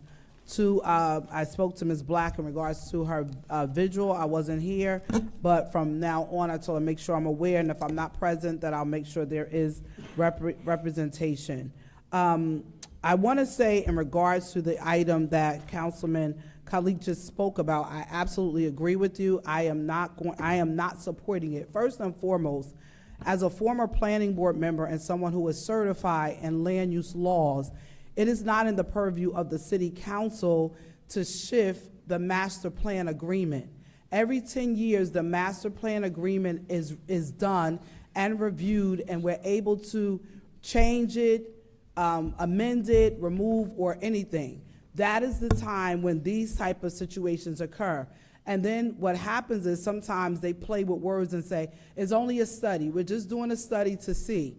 We don't need to do a study to see that people want to build 5 stories on a property. We don't need a study for that. We know that's what they want to do. So the trick is we vote on a study. It goes to planning board. You know the planning board is going to approve it. Next you know you have 5 stories. So that's almost a manipulation of the master plan agreement. We have to know and understand our purview as city council legislators. It is not within our purview to change or manipulate the master plan. That is not our purview. That violates the land use laws. I'm saying it openly now, and when it comes to vote, I will not be supporting it, and I will be putting it on the record. And I agree with you, Chairwoman Paula Alford, that if it does get approved, you could take it to court and you're gonna win, and they're gonna knock it down. We cannot go against land use laws, even if it's a letter of support of need, even if it's for whatever the plan is, we're doing a study, it is a violation. I'm putting it on the record, it's a violation. So when that item comes and it's approved, you take it the next day, it will be obliterated. It will be removed, because we cannot do it. That is not our purview. And I know other people make other comments, but going to land use laws, it is clearly identified. We are not supposed to do that. So what they're saying really is we're avoiding the Board of Adjustments who makes these plans, right? We are not going to them. So we're going to go to the council. You approve a study. We go straight to the planning board. It's approved. This 5-story goes in a clearly residential neighborhood. That's not how the process flows. So we have to be careful that we stay within the confines of our particular our ordinances and land use laws that are in place for us to follow. In closing, on next Tuesday, the 19th, at School 21, we will be having a Thanksgiving giveaway, Bags of Love. We have 600 and almost 60 students in our building. For the last 3 years, we have done a phenomenal job of giving out bags of food, and whether it's been turkeys or chicken or whatever it's been, to our families, and we will be doing that this Tuesday as long as you're a parent of School 21. We will be there on Tuesday at 12 o'clock, first come, first served basis. And then there's so many other announcements that are announced at the end. But you know, one thing that I learned, or I realized on vacation, 2 things. One, life is short. And so as much as we can criticize, judge, or even try to discredit anyone, we have to always take a look in the man or the woman in the mirror and say, to what fault have I played? Victor, thank you for your advocacy. I love the way you're stepping up. And Cameo, you already know how I feel about you, my niece. But we have to make sure that we understand that, too, words that are spoken out cannot be retracted. 2 years, right? Some people are doing things for 2 years from now. They want to be the mayor, or I'm putting a slate together to knock council people off. 2 years in politics is a lifetime. I'm going to say that again. 2 years in politics is a lifetime. You could not be here. You could be relocate. Something can happen where, whatever the case is, planning out 2 years and galvanizing people to discredit or to attack people every single day, it does not speak to the person's character that you're intimidated by, because that's why you're doing it. It speaks to the character of the people that are behind it. So you have to be careful. 2 years from now, anything can happen by tomorrow, by the next month, or whatever. If you're focusing on what's going to happen in 2 years, shame on you. And I quote the scripture. We need to care about today, because tomorrow has its own cares of its own. Let's keep moving forward, even if it's just in your own life. If you wake up every morning bitter, you wake up every morning with hatred and malice in your heart, You got to question yourself. If you wake up and, you know, you're in a place where you can't speak good about anything that's going on, even in your city, that's a problem. The fact that we have air to breathe should be enough for you to say it's a great day. The fact that you're able to see out of your eyes is enough to say it's a great day. And to our children, I've been an educator through the Paterson Public Districts for a very, very long time. I've been an advocate for our children, our students, and Corey T can attest, when it comes to our students, I do not play. So when it comes to what our children need and what's needed for the best interest, I work in the schools every single day. I don't have to make it up. I don't have to every day, this is what I do. I live and breathe what happens with children. I'm a mom and a grandmother of my own, but I fight for everybody's kid, not just in my school, but across the city and all other cities. People call me from all over the state asking questions and concern. And I saw, in closing, I watched the meeting, and it was just sad to say to you, Mom, to hear your children, to hear of them hearing gunshots, which we hear a lot in predominantly the 1st, 4th, and 5th all the time, where we're hearing gunshots, or we know victims of people that were shot and or killed in our city, and it's very sad. Or having to do plans to say, what do we do if an active shooter is in the building? Like, just the thought of practicing just in case something happens, or having to get down or hide in a closet or hide under a chair, or covering your body, covering children with your own body to protect them and not even save yourself. So I get it, and my heart goes out to your children that have been impacted by that.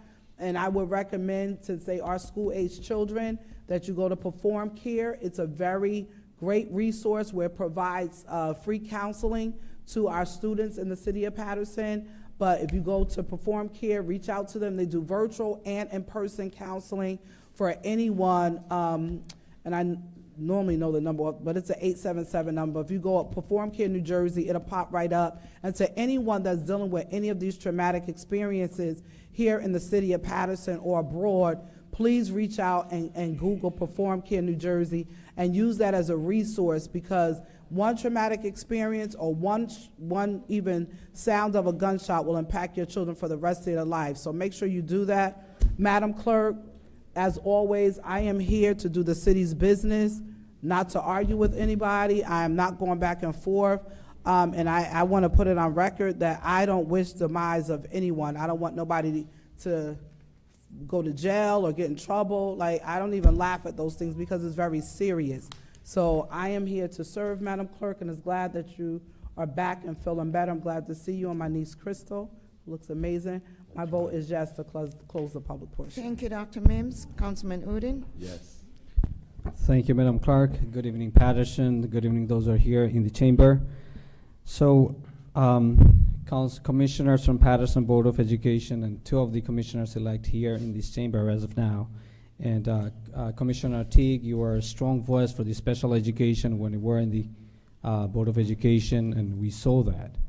One thing I want to share my experience, and that experience can feed to many of the parents and in Paterson. My daughter is going to Paterson Public School number 27, pre-K 3.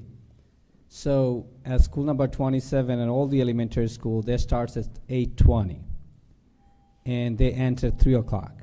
My schedule at JFK High School starts at 8:15 in the morning and ends at 3:20. So in the beginning of 10 minutes and at the end about half an hour, I'm spending another private school's money to a daycare to take care of my daughter in the beginning of the school, at the end of the school, just half an hour, another $500-600. It's just for the scheduling. So I think we have to have an uniformed timing for all the schools, since many of our educators live in this city, in the city of Paterson, and we want to see our children attending Paterson Public School System. The money I'm spending to the daycare just to cover the beginning and ending of the day, I could send my daughter to a private school, but I don't want to see that. I want to make sure that my daughter is attending public schools, and I care about public school system as an educator, as an elected official, as a resident of the city of Paterson. So again, I want to see your voice on this, and your fellow commissioners in the Paterson Board of Education. And this is the example that I shared. I believe that this example fit for many of our residents because of the timing issue. And there is no beginning and after school care. It's not even 10 minutes. I went to the school and I said, can you open the door just 5 minutes or 10 minutes before so that I can go to my school? Because only 3-4 minutes different. From to school number 27 to JFK, only 3-4 minutes driving distance. Right, it's right there. And I live only 2 blocks from the school number 27. I live on Lexington Ave. So you know that I live next to the house, but still I'm paying additional payment to a daycare just to be with my daughter in the morning 20 minutes and after school 30 minutes. So that's the experience. And this is my daughter, first time attending public school. So I'm not just educator, but also a guardian of children in Paterson. So come to the point that where we are talking about the second reading, item number 3. And last meeting, we had a few hours of debate here in the chamber about sewer connection fee. I understand that this is not about the amount is changing or anything. It's just about timing or collecting sewer connection fee. As of now, we collect sewer connection fee before the permit. If that happens today, if we get approved in the second reading, the sewer connection fee will be collected at the time that whoever owns the property gets the CO. Now, first reading, I supported it, and after the first reading, I sat down with the PW committee. I mentioned that. I brought them to have the clear idea about it. Last meeting, I welcomed them in the chamber to make sure that they clarify their stand, and I want to make sure that everyone has enough knowledge. Based on that, I will make my decision, and also I believe that my fellow council members will make the decision. But it's not my job to convince someone who's going to vote in which direction. It's not my job to convince them. My job was as a DPW chairman to host a meeting to make sure that we all have clear idea that what's the impact would be if that approved today. And after this, I was speaking against it. I have no idea one of the council members bringing my name back. Have no idea. I don't want to entertain here, but Paterson knows that I'm accessible to you for anything you need. So again, the last week, the DPW representation was here because I brought them here in the chamber to answer any question we have.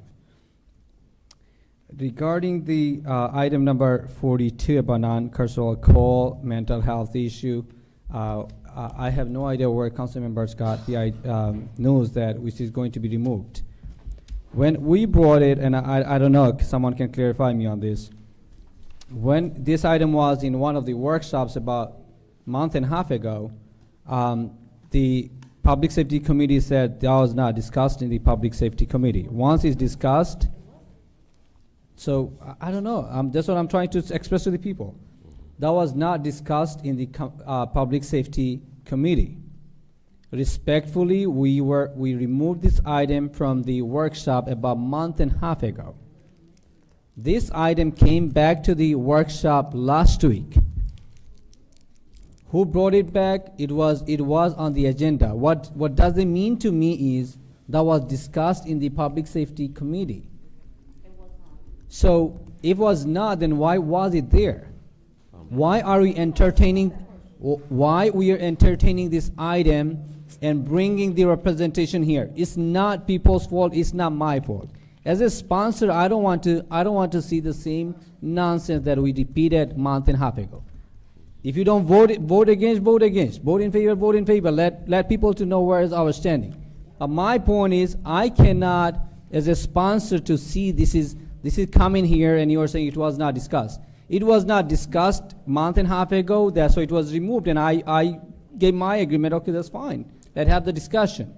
It came to the last workshop session. It's not that we skipped the workshop session. We just brought it to the regular meeting suddenly. That did not happen. It was in the last meeting. We all saw this. Council President asked me whether we want consent or non-consent. The reason I said non-consent, because I want to make sure that if we have additional question, the representation from the Black Lives Matter or Healing Collective or St. Joseph Hospital, they will be here to answer your questions if you have. But I don't want to see them sitting here, telling them, oh, we did not discuss.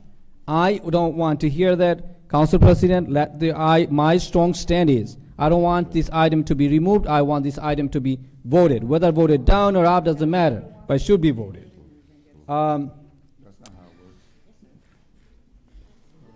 About the non-consent item, 2 of them was removed, and some of the residents are texting me as well regarding item number 35, which is Railway Road CSO, and also regarding the Westside Park. So I spoke to James and Madam BA. Madam BA will clarify for the resident of the city of Paterson about these 2 items, why they were removed. And we are expecting to see this back in the next council meeting. With that being said, Paterson, just know this, sometimes we love to entertain people. Sometimes we like to get attention from the people. That's what we try to do. But you know who's doing what. Again, I'm employed by you, and I'm trying to serve you. I'm not 100% correct, but here, my heart and soul is for the city of Paterson, and that's my only goal. Thank you so much, and have a, I'm not closing yet. My vote is yes to close the public portion. Thank you, Councilman Udine. Councilman Velez? I was saying good night.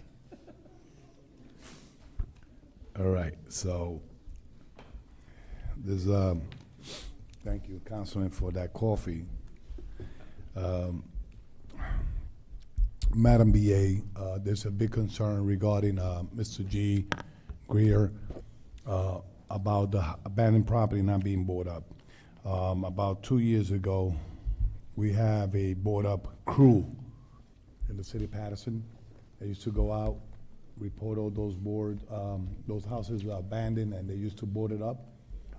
If it is possible that you could look into DPW again, that board up crew, especially now in winter, because people go into this abandoned property, they could light and they want to get heat, they turn anything up and they could burn any house. Those houses, especially in the 5th Ward and other wards, they too close. And instead of one house getting burned, or the whole block will get burned down.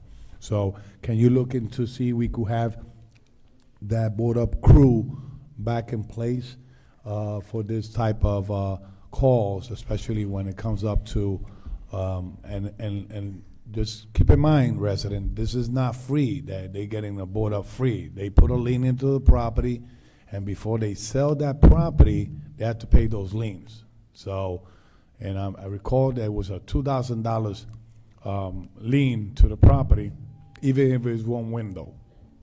So look into that board up crew, especially they was on call when PD had to do a search into a property, and they knew that they had to board up the property.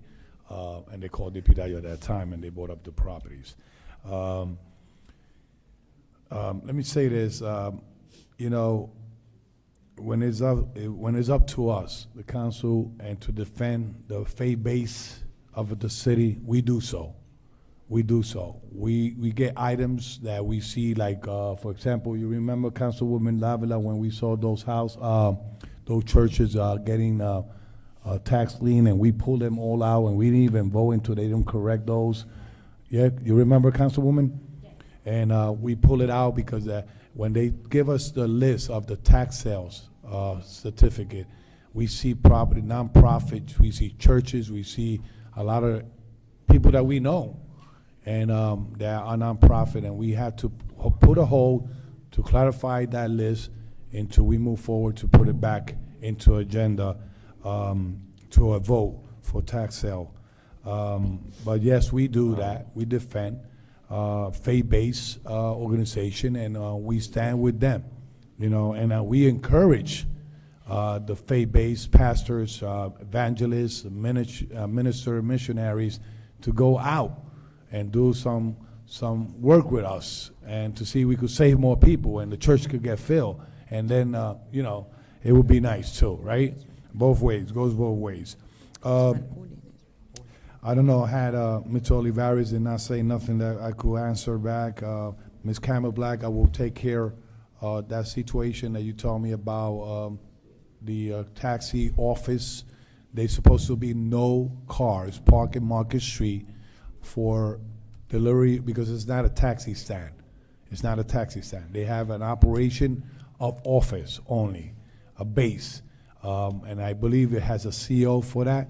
But to have, right, Madam Clerk? Yes, sir. Yes, they have a CO for that. But to have a taxi stand on Market Street is not acceptable, and we're not gonna allow it. Way back in 2012, we had one Market Street with a corner Madison Street. The guy moved his office from there to another place, and the parking situation was resolved because the sign was pulled off. But that was way before me being councilman, but I took action on the situation. But we will look into that.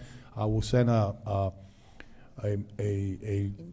call to Paterson PD to make sure that any cab not in the lot they're supposed to be to enforce, because if they come to solicit a license for cab, they put an address of storage of where those vehicles going to be parked 24 hours every day and operate from there. So if they overnight parking and taking residents parking, especially in the Fifth Ward, you know that we don't have a lot of parking, to address it accordingly with a complaint. Madam Mora, you know, I know she left. I know she's still here, Mora. I just wanna, because meanwhile you speaking, I try to get some facts. They provide you with certificate of occupancy. They provide you with a green card. No, hold on, ma'am, hold on. They provide you with a fire inspection, tax approval for 3 families. Hold on, ma'am. I listen to you and I get facts. All right. Not because a individual from community improvement say that he's illegal means that he's right. So, Madam BA, Corporate Counsel, sometimes personal opinion in a function in the community improvement office could turn into a legal, how you call this, a legal to the city, because a personal opinion of something that's being processed in the city the right way, it cannot be happening. And then they take the weakest mind of the council to promote that we all doing everything wrong in the city of Paterson, and it's not fair. It's my understanding the person said if you don't agree with the sale that he gave you, he will purchase you back the house, give you 10% more than you pay, and close the deal and everything. So I just want to let you know that. One thing I gotta say, and I gotta be straight up. You know, I was raised in the Bronx, right? Born in Puerto Rico, nice, beautiful island, but I was raised in the Bronx. I say this, and I'm gonna say it without remorse. I am happy that the Fifth Ward is a redevelopment zone. If you go to state redevelopment law and that we apply here in the city of Paterson, I'm happy. When I took office, 2016, I had almost 250 property abandoned. It was a squatter places. G. Greer knows about this. The board had made decision that probably is not likable, but if you go to the sectors of Paterson, the Fifth Ward or Fourth Ward or in the First Ward have been redeveloped zone, you're gonna see a different. You agreed or don't agree, these places have been redeveloped, and we see the difference in our community, all right? It's not up to the council to enforce every ordinance in the city of Paterson. That's why we got inspectors, that's why we got taxes inspectors, that's why we police. They are the one to reinforce the ordinance and state law. I'm happy with the redevelopment. I'm pro, and I'm gonna say it like this, I am pro redevelopment. I am pro to people that want to come invest in our city. I am pro to those developers that also nonprofit organization from the city of Paterson knock their doors ask for donation for football team, baseball team, and all of the above, okay? I don't agree when some people just slam, attack developers, and they don't look at what those developers do outside for our community. And I could mention every developer in the city of Paterson, not only one, every developer that when we knock their doors for somebody that their house burned down and they have to relocate them, I knock the door and they say, tell them to come to my office, I will put them, I replace them in the apartment. I could knock doors, and councilmen here have gone, even Councilman Jackson in their times, okay, asking developer to help him to a football team. And they come forward and does it. Now, everybody's a bad guy. Now, all the developers are wrong. Now, you know what I'm saying? So, you know, you cannot eat from this table and then criticize while you eat. That's right. Last but not least, and let me say it loud and clear, you cannot eat from this table. From G? Eat from this table and drink from this cup. He's saying eating from somebody else's table. Members, please. And then come and criticize it. All right? It's not fair for no one. It's not fair for no one. Corporate Council, thank you because I missed you for the last meeting. Thank you for being here today. I know you was dealing with city business, but I know you're going to agree with me, and this council is going to agree with me what I'm going to say. Whoever has legal issues in this side of the fence, you know what I do? I don't talk about it out there when people start asking me, do you read the newspaper? I say, just pray. Do you saw what came out in the newspaper? Just pray. You know what I do when I know that my colleagues are in some kind of difficulty? I pray for them. And you know what the second prayer I do? Give them wisdom and have mercy with them. But to say tonight that we are waiting for people to come out and handcuff and accuse our corporation council that he's, you know, we'll make a party or whatever if you get out. Listen, that's your business. That's your problem. We pray for you and hope the law applies accordingly. But you cannot come here and start appointing people when you have four fingers pointing at you. You cannot do that. You cannot say let's do good business in Paterson when their own personal business are failures. Come on. Come on. We have to stop that. And I'm tired. Let me say this. I'm tired. We are the governing body. We are the people to be here together working for you guys.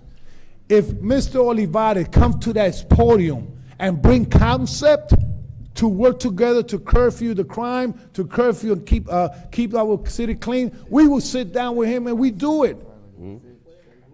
We will do it. I have a yes and no with people, and when I finish the yes or no, I sit down and say, let's work together. I understand we need to work together. So we need to move our city forward. That's what I'm going to say tonight. Ladies and gentlemen, if you pray, or whoever you pray for, let's pray together in your way, in my way. Our way will be moving the city forward. G. Greer, thank you, because I know you don't need to send me an email. You have my phone number. All right. Mr. Price, I just had 2 missed calls from you. One was an election day, and we was busy with the election. And the 8th of this past month, I was in a doctor appointment. I told you I was going to call you back, but, you know, I was not doing good, okay? But keep on calling me. I take care of your calls, too. Madam Clerk, thank you for coming back. I know you was under the weather, so my vote is yes to close the public Councilman hearing. Velez. Mr. President. Wow. Okay, so members of the public, just let me use 2 minutes to address some of the members of this great city of Paterson that came to speak in front of this council. I just want to say thank you, Brother G. I know you've been mentioned many times, but you know we love you. You're always out there taking pictures, addressing problems that happen in the community, and that's what we need. Camille Black, I do apologize. If I went to an event, I try to be everywhere. My schedule is it's difficult. Francis knows that. I wake up at 6 o'clock in the morning. By 7, I'm on the road, and I try to be everywhere. If I miss that event or I left early, I don't know what happened, but let's have that conversation. You know, my heart is in the city. I love you, and you know, I'm a phone call away. Mr. Price, you know, we have a good conversation. I'm looking forward to have that coffee and have 1 hour debate with you. I love your passion. And I don't get upset when people come in front of the council. You know, a lot of you guys, when you come in front of the council with concern that address this council, you know what I do? I open the mic and I extend the time because you came to speak with the council about legitimate concern. Some people, they come here just to destroy and call people, and I'm not up to that. And my council colleague, and they know that, you know, under no circumstances I try to block my council colleague to put an item on the agenda or block anybody. I love to work with all of it. Even with Councilman Jackson. I love to work with everybody. And just speaking about Councilman Jackson, he writes legislation, and he doesn't allow legal, and pay attention, Paterson. He doesn't allow legal to review it. And he's expecting for us to take formal action on an item that legal hasn't looked at it. As a council president, it's my responsibility. I'm not stopping anybody, but it's my responsibility to make sure that whatever we vote on, legal have to sign out on that because it's a legal document. And he very often time, you know, he doesn't follow, and he's part of the legal committee. He doesn't attend to no committee meeting. He's part of the legal committee, and he never bring a legislation signed by the committee. Brother Commissioner T, just keep fighting for our children.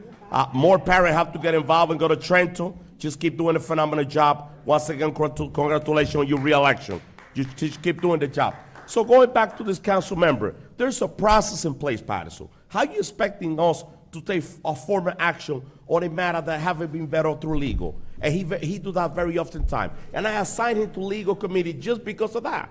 You want to work, it's hard for him to work with my council colleague, with his council colleague. And yes, Councilman Jackson, Mayor said and I, we went toe-to-toe. It was an ugly fight. I finished second on the race for mayor. You was one of the last ones. Just, you know, say that for a minute.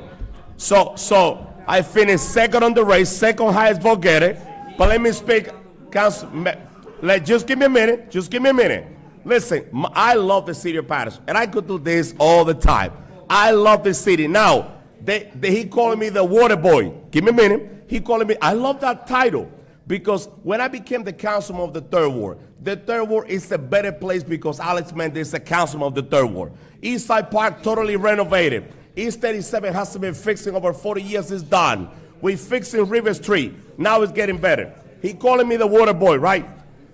The engineer's here, Madam B is here, and the mayor knows that. I've been pushing to make sure that we fix the road. Potholes are out of control in the city.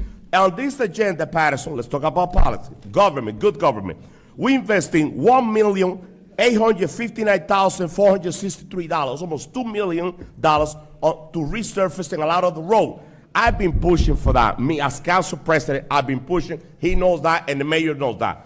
It's getting better. Do you know that Councilman Jackson, he's the councilman of the First Ward, and he doesn't know that we're fixing 1, 2, 3, 4, 5, 6, 7, 8 roads all in the First Ward. So, but when they started construction, I'm going to go there, do my live video and take picture because that wasn't Councilman Jackson. That was me that was fighting. Now, for the record, and all my council colleagues, Colonial Avenue, from Chamberlain Avenue to Christian Place. Silent Road from Colonial Avenue to Colonial Avenue. You know, Prem Road, Colonial Avenue, so King Road from Colonial Avenue to the dead end. Stone Street from North Main to Horseman Street. Fulton Street from Paterson Street to Strait Street. North Main from Helton Avenue to Bergen Avenue. And Cat Avenue, all in the First Ward. Now to my Third Ward resident, those roads hasn't been fixed in over 40 years. Now, to my Third Ward, because I'm the water boy. So for you, now, we're gonna fix East 34 from Route 20 to Manor Road. East 35 from Route 20 to Manor Road. East 36 from 11th Avenue to Route 20. East 37 from Route 20 to Broadway. East 38 from Route 20 to Broadway. East 39 from Route 20 to Broadway. East 40 from Route 20 to Broadway. And Linden Road from East 33rd to Port Road. We just finished with East 37. We're fixing Deron Avenue. And we're fixing 13th Avenue. That's what I call an effective legislator that is sitting here to do the people's work. I'm not here to play politics. during the election time, if I decide to run for whatever I want to run in the future, I know how to win an election. I know how to go out there and greet the people. I love people. That's what I love. But you want to come to talk about politics? Come and talk about politics with me. I'm getting things done. I don't care what you say. You could call me the water boy all the time. Now, I don't hold personal grudge. If I run against you, whatever you do, it's you. That's you. You know, you're going to be responsible for your action. I don't do negative campaign. But right after the election, I'll give you a hug. And I say, you know what, let's work for the city of Paterson. I don't care who's the mayor. I don't care who's who. I work with everybody. The mayor's Andrew Sayer. I'm pushing for him to get the park done, all the roads done, because that's my job as a legislator, and I'm going to continue doing that. That's the only way that we're going to fix the city of Paterson. So come to me, Jackson. I encourage you to switch around a little bit, because people know this. Stop the nonsense. Get the job done. Sit down with legal. Work with you, Council Cali, to get things done. With that being said, my vote is yes, Madam Clerk. Thank you, Mr. Wow, President. that sounds like a mayor's The speech. votes are Was 9 that in your the mayoral affirmative. speech? The public portion of the municipal council regular meeting is hereby closed. Thank you. Members of the public, we go into a executive section. We will apologize to the viewer at home. So we have to take care of some personal matter. Council So we're President. gonna stop the meeting, so let's. Council President, can I just put one? one request in? I don't speak much during this council meeting. I think we have one or two items that people came here specifically for. Could we vote on those items, like the Yes. Stony Road, the number 42? Just a real quick, I think the lawyers could wait. And let's promise council people, don't talk before you vote, just vote, can forget and that, then we'll Council. go from there. You can forget it. So we should take those two items. We have people here, instead of emptying it out Yes. and then making them wait at home. Let's just vote for those 47. items, two items real All quick. right, Thank you. duly noted. So, Madam Clerk, let's take your item 47 before we get into executive section. Yes, And Mr. 19, President. you Item said. 47 19. is a resolution of the City of Paterson, County of Passaic, New Jersey, authorizing and directing the Planning Board to conduct a preliminary investigation to determine whether certain property located at 63-69 Danforth Avenue, which property is identified as Block 5010, Lot 24, and 128-130 Nagle Street, which property is identified as Block 5010, Lot 23, as shown on the official tax map of the City of Paterson within the city, constitutes a non-condemnation area in need of redevelopment pursuant to the local redevelopment and housing law, NJSA 40A:12A-1 to 89, Economic Development Resolution 24:696. Motion. May I have a motion for item 47? If there's a motion? May I have a motion for 47? No motion? No motion. So item 47 fell for the lack of motion, so Let's we're not remove it taking from the further agenda. action. So It failed. There's no failed. motion. Thank you.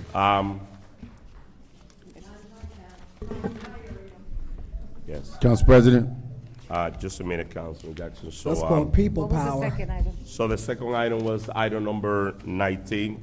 Madam Clerk, let's go with item 19, brief and before. Item number 19 is a resolution honoring Nicolene A. Jonas for 21 years of military service. Oh, Council, can we wait because that's Councilman Velez, and he's not in the room. So we could wait until he comes back. Let's not take his item. All right, so let's go Yeah. into executive. So let we, Council President. So, so, yeah, item 42. So you yeah, so, I'm because sorry. the people, I- Casey No, Melvin Council here President. Sure, just a minute. Mr. Brother Selly, I know that, and Brother Kelsey, I knew you guys came from item 42. It looked like it was a legitimate mistake. I spoke with the chair of public safety. It was just definitely a legitimate mistake. At the last meeting, there was a lot of items that we were pulling out from a different agenda. And the police department, they all want to be involved in the conversation. It's not that we're blocking this, but it was a mistake, and it has nothing to do with Councilman Odin. It was nothing to do with Councilman Odin or myself. It was a legitimate mistake that item is on the agenda today. When Councilwoman Davila have to sit down with the police department And the committee. And the committee just to have a dialogue because they want to be part of the conversation. So we're not blocking everything, and we do apologize for you guys just to be here waiting for But it's gonna be in the next meeting. They just wanna be part of the conversation. Right, so, They just wanna be part of the conversation. I tried to tell you. Council President, Council President, I tried to tell you. Council President. Councilman Dean. Thank you, Council President. So, this is also bothering me, Council President, because it's not that I requested again to bring this item back. When it came to the workshop session about a month and a half ago, when I agreed that that was not discussed, I said, okay, that's fine, put it back. It came back last week. It's not that because I put it there, it's not like this. It was added to the agenda. What does that mean is it's already discussed and it's ready to move forward. I reached out to the people who's behind this resolution. It's just a grant money that's already granted already. We just need our support, and it's a pilot program to see how it works. If police department gets called and it is regarding the mental health issue, police department is going to involve the professionals, and they are going to see whether that elevates the situation. And this is a pilot program to see how it works. Now, just a resolution we are spending, it's not just spending time, but think about the effort that the population is giving behind it. Casey and his wife, Queen, they're super busy people here. They came here for this resolution to speak. Casey Melvin is an educator of the city of Paterson. He has so many other businesses to deal with. He's sitting here for hours. Right before we get here, we were in a meeting together. Zeli and myself were in a meeting with the community about an hour, just before we get here.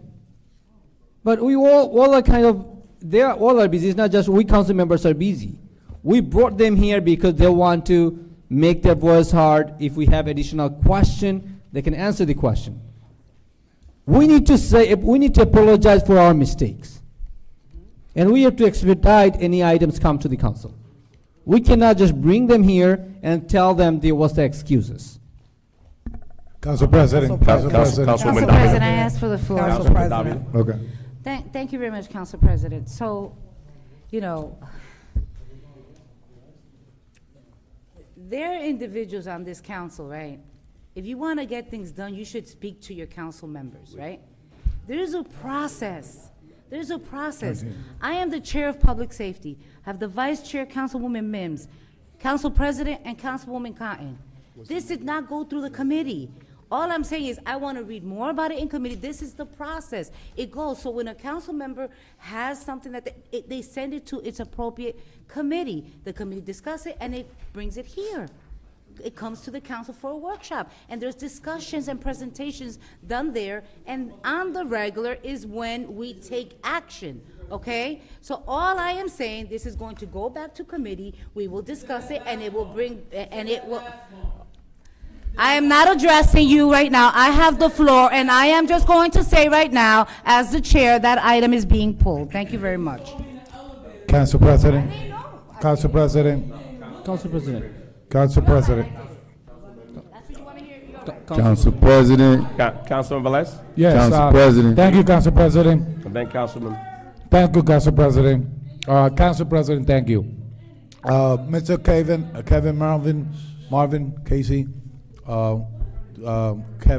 Casey, I call him Casey.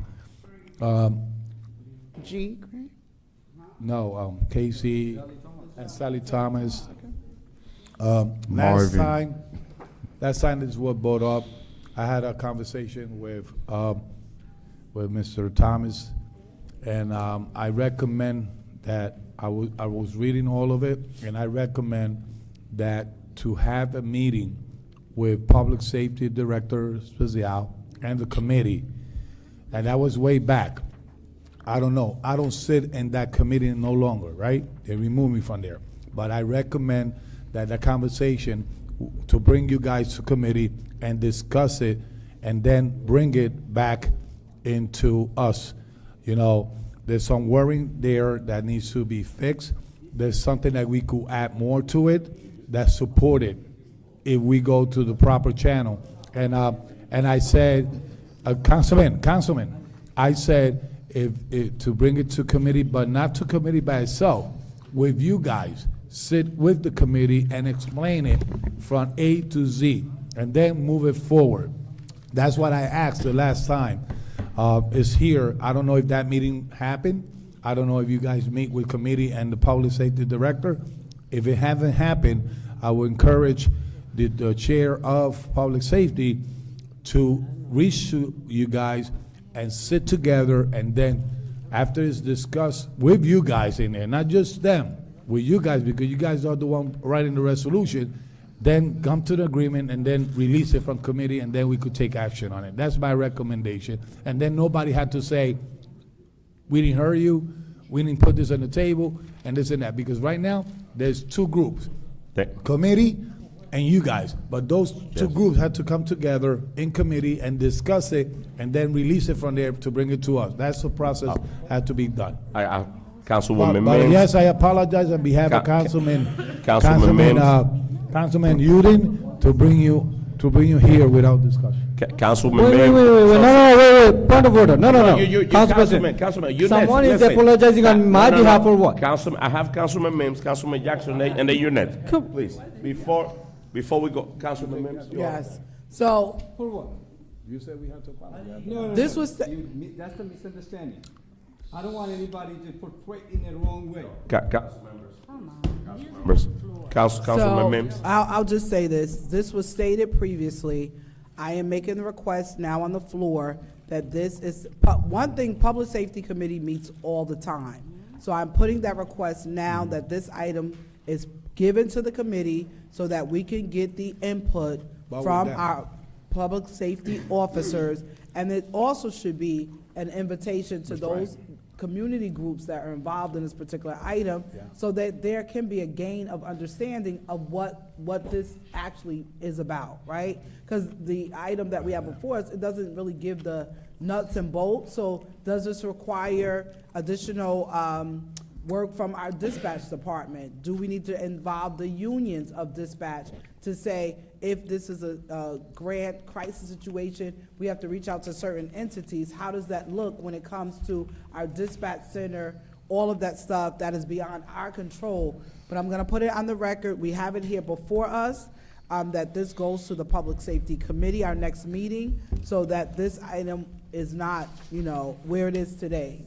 Because if it didn't go to committee, it shouldn't have been. I don't know how it got back here without committee, and it should have been on committee prior to, from the last time it was stated. So I'm putting that on the record. This should go to committee. We meet almost every week. Every week we meet public safety. So there's no excuse. Tonight we've heard it. It needs to go to public safety, and then it should be on for the next meeting, unless there's a special meeting that comes up before, that we can go ahead and, based on whatever the input and the approvals are, that we can move this forward. Thank you, Councilman Mims. And so next, we have Councilman Jackson and Councilman Dean. And also we have, our workshop is December the 3rd, and the regular meeting December the 10th. By December the 3rd, it's gonna be here, and it's gonna be discussed. We will meet before December the 3rd, have the discussion, so you know when it's gonna be, the item is gonna be here. Councilman Jackson, right after that, Councilman Dean. This is his item. I don't mind yielding to him. Councilman Dean. Thank you, Councilman Jackson. Thank you, Council President. Yes. So I want to clarify something.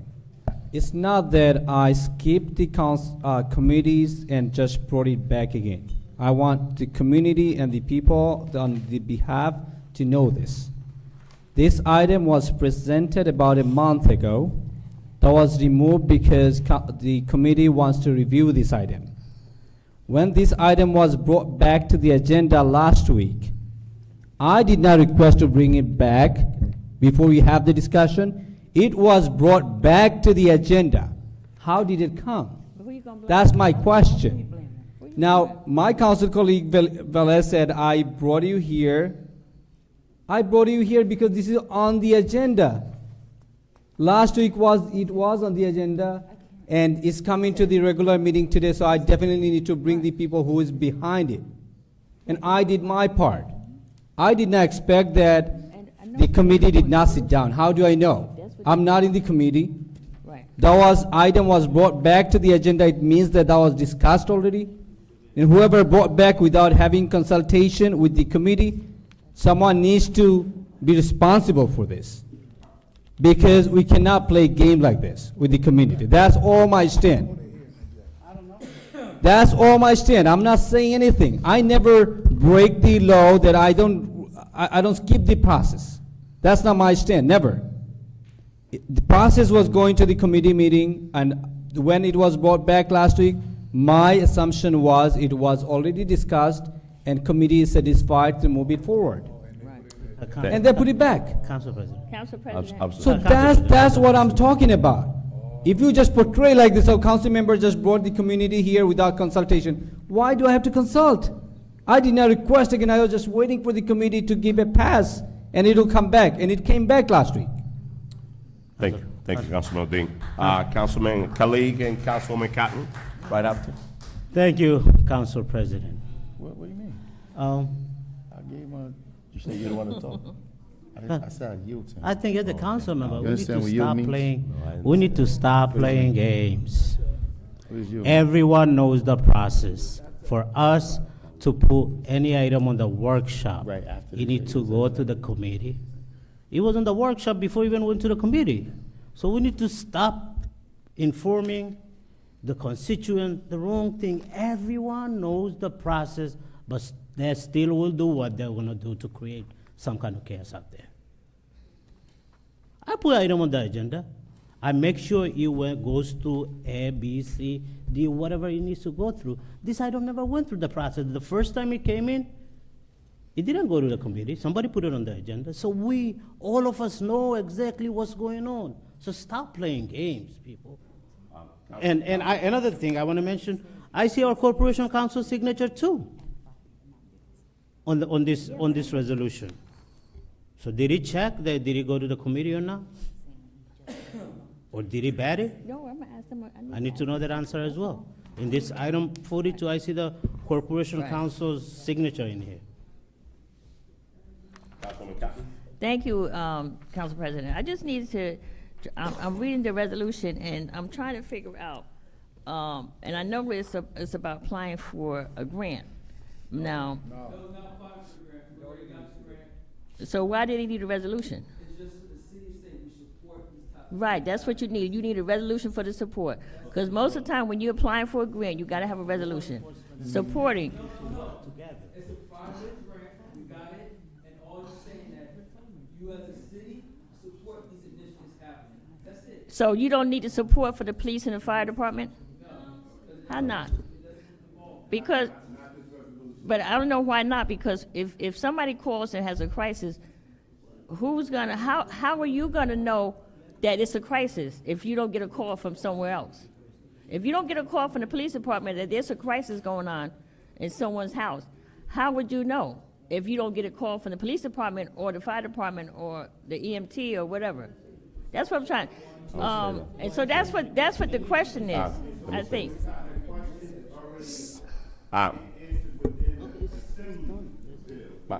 Councilwoman. Right.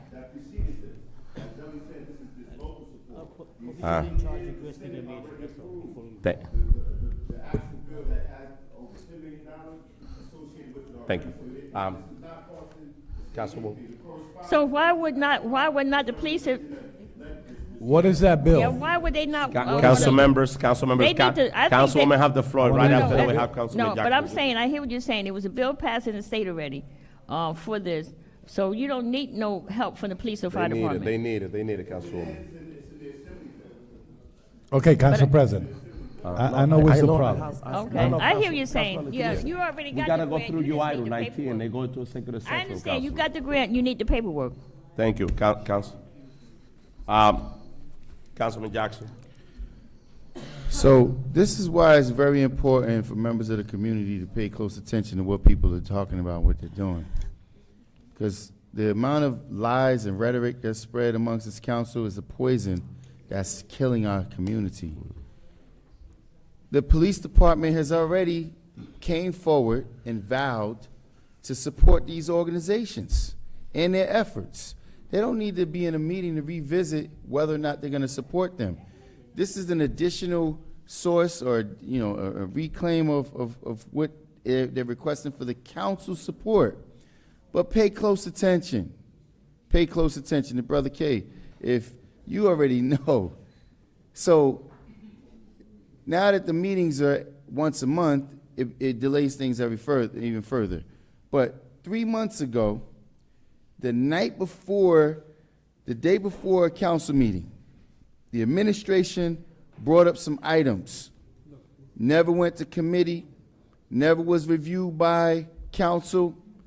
They forced it and created a special meeting for these items. This guy right here created a special meeting for the mayor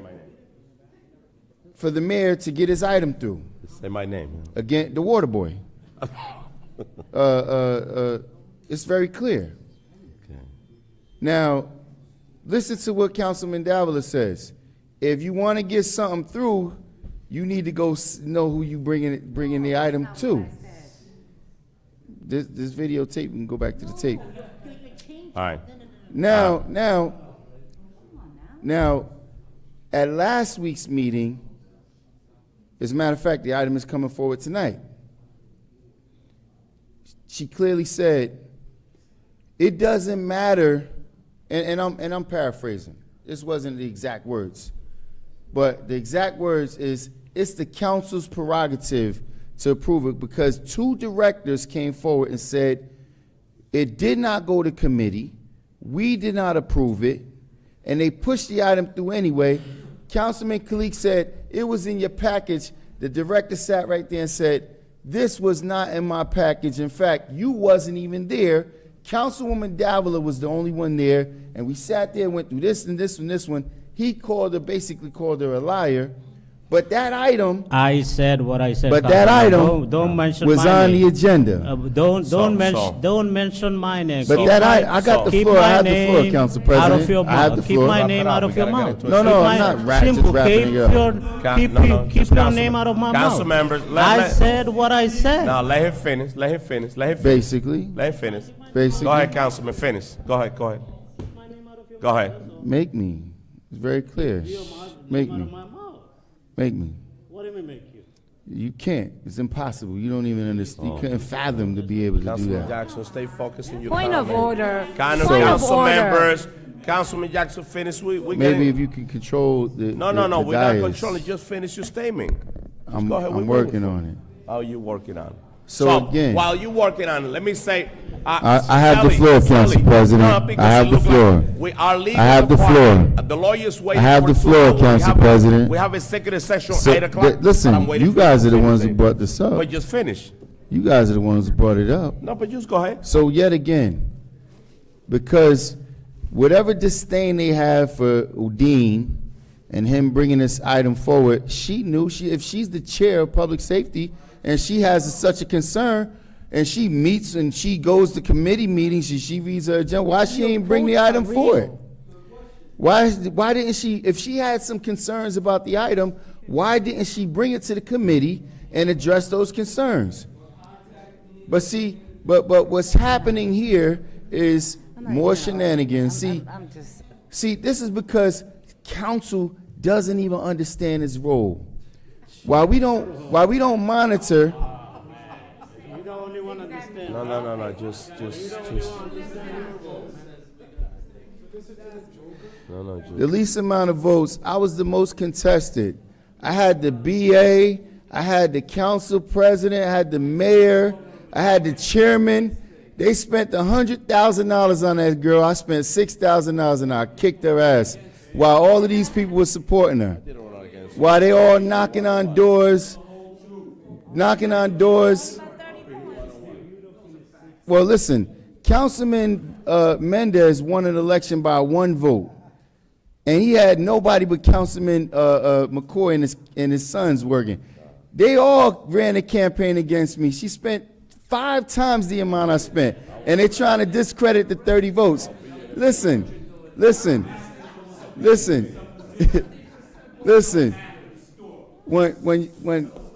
When you get knocked out, a knockout is a knockout. It is what it is. Thank you. All So right. back to the purview of the council. We don't monitor the spending. Kelsey. We'd rather be out there cutting ribbons on streets He named 8 streets. There's 1,000 streets in the first ward alone. 8 streets got paved, and he's over here celebrating, cheerleading with his pom-poms and his water, the Feed the Mayor water, to fulfill his role as the water boy. Thank you, Councilman. Now he works for the Water Commission. I'm not finished, Council President. Just wrap Not it up, finished. Councilman. I will wrap it up. Be Yeah, patient. otherwise- Be patient. I got all these hecklers talking over top of me. It's hard for me to concentrate. So yet again, brothers Thomas, the reason I said it is because they having a conversation right over here. That item wasn't, and that item I needs to wasn't get hiding it. pulled. I wasn't hiding That it. item needs to get pulled. Councilwoman. But yet, the item where all the developers are going to benefit, they pushed that one through. It didn't go to committee, didn't have consensus. Both of the directors was right here and said the item did not go to committee. The All right. director of economic development was here and said the item did not go to Okay. committee. Wow. So her excuse was Francis. the same committee members that serve on economic development are on the finance committee, but the ones that's on finance is only the BA and those 3 council That members. is not true. You Look at imagine the if we list. put a resolution that say that. That was, So, again, Council- Council meeting is not gonna be televised. Listen, brother, Imagine okay, that. I'm arrested here. I'm not gonna Please, continue on, rest, right? rest. It just, Rest. Because it just, you House know, arrest. you don't hear me, Councilman Velez, please. you don't hear me talking over them when they're talking. They get ruffled. They can't even sit still in their seats. They gotta talk over me because this fire is on their tailpipes. No, it's not. Listen, fire's on the it's not. tailpipes. Listen, The Paterson. director sat right here. I could stop. pull it up right now on the other YouTube video. The director sat right here Thank and you. called Councilman Khalik a liar Thank because he tried to say that the item was there. He wasn't All even right. at the committee meeting. So Again, the item didn't get addressed in committee, So but they before- pushed it through, and it's on the agenda So tonight. before, so It's on the Councilman- agenda No, tonight. I gotta respond to this. Somebody who don't show up in any committee meeting, ED committee specifically.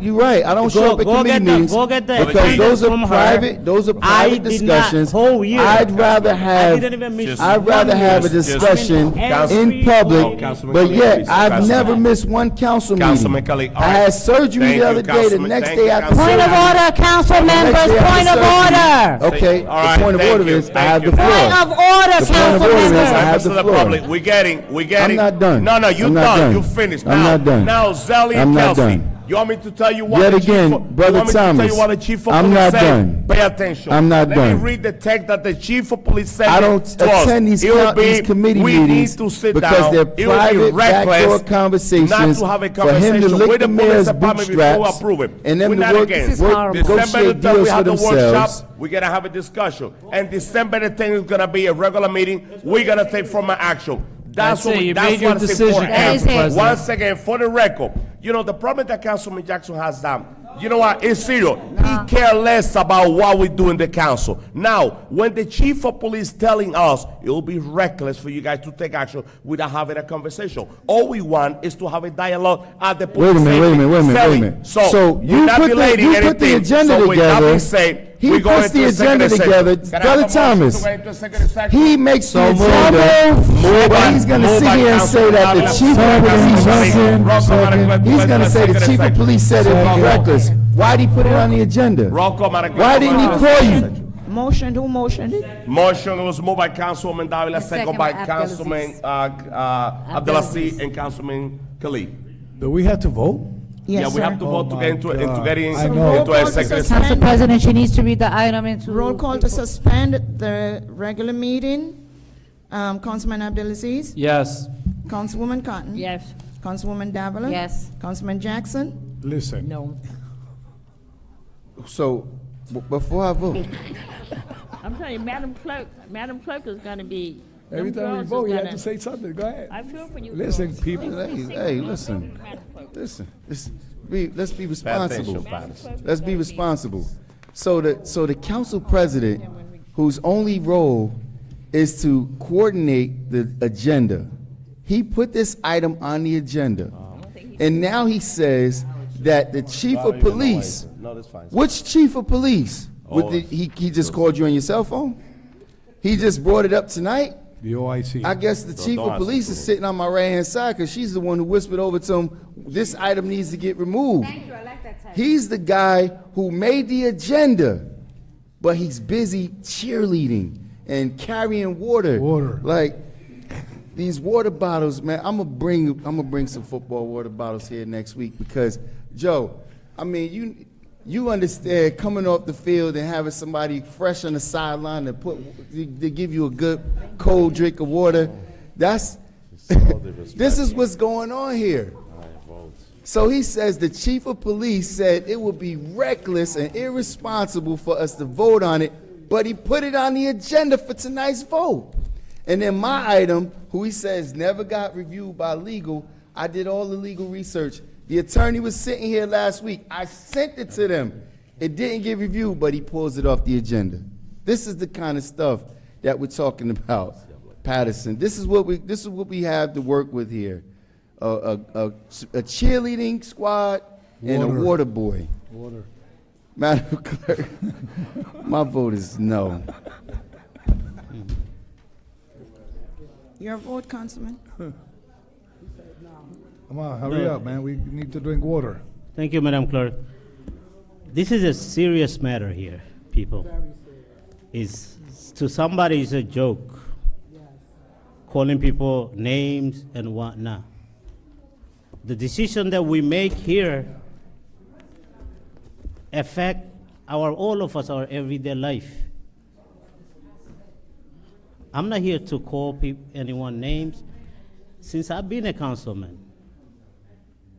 I look at the agenda. I made my own decision what is best for the community. You could go back and look at my record of voting, even appointing a mayor in City of Paterson as well. Look at the voting. Some of this council member is like a joke. We're making decisions for each and every one of you, the millions of dollars every council meeting. We have the whole agenda left. And what are we bickering about? Basically nothing. It's very sad. Many times I thought about quitting. I swear. Is it worth it? But at the same time, I do have a fight in me. I don't need this council position or council job or anything like that. I don't, believe me.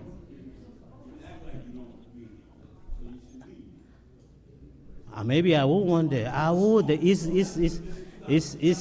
know when I feel like it, when people like you come here talk about, like, what are you talking about now? I'm talking about something serious. Something serious. The decision we made here affect our daily lives. I'm not against it, but all of us know what to do. We have whole agenda left, but we've been bickering about basically That's my door nothing. watching the meeting now. My vote is yes to cancel the regular meeting, suspend the Thank you, meeting. Councilman Khalid. Dr. Mims? Paterson, I said it before and I'll say it again. Pray for us, Oh, yeah, a lot. because some of us, we leave our houses 6 o'clock in the morning, and as you see, it is now 10:12, and we still have the bulk of the agenda left, even after the special meeting. That has not been done. And so I understand that sometimes you may disagree with your colleagues or whatever, but I think when it gets to the point of the name calling or the pointing fingers and yelling and screaming and all that, I think it takes the meetings to a different place. Like even now, there's a discourse going on to my right, Councilman. right in the middle of a meeting. Councilman, I please. just, Council members.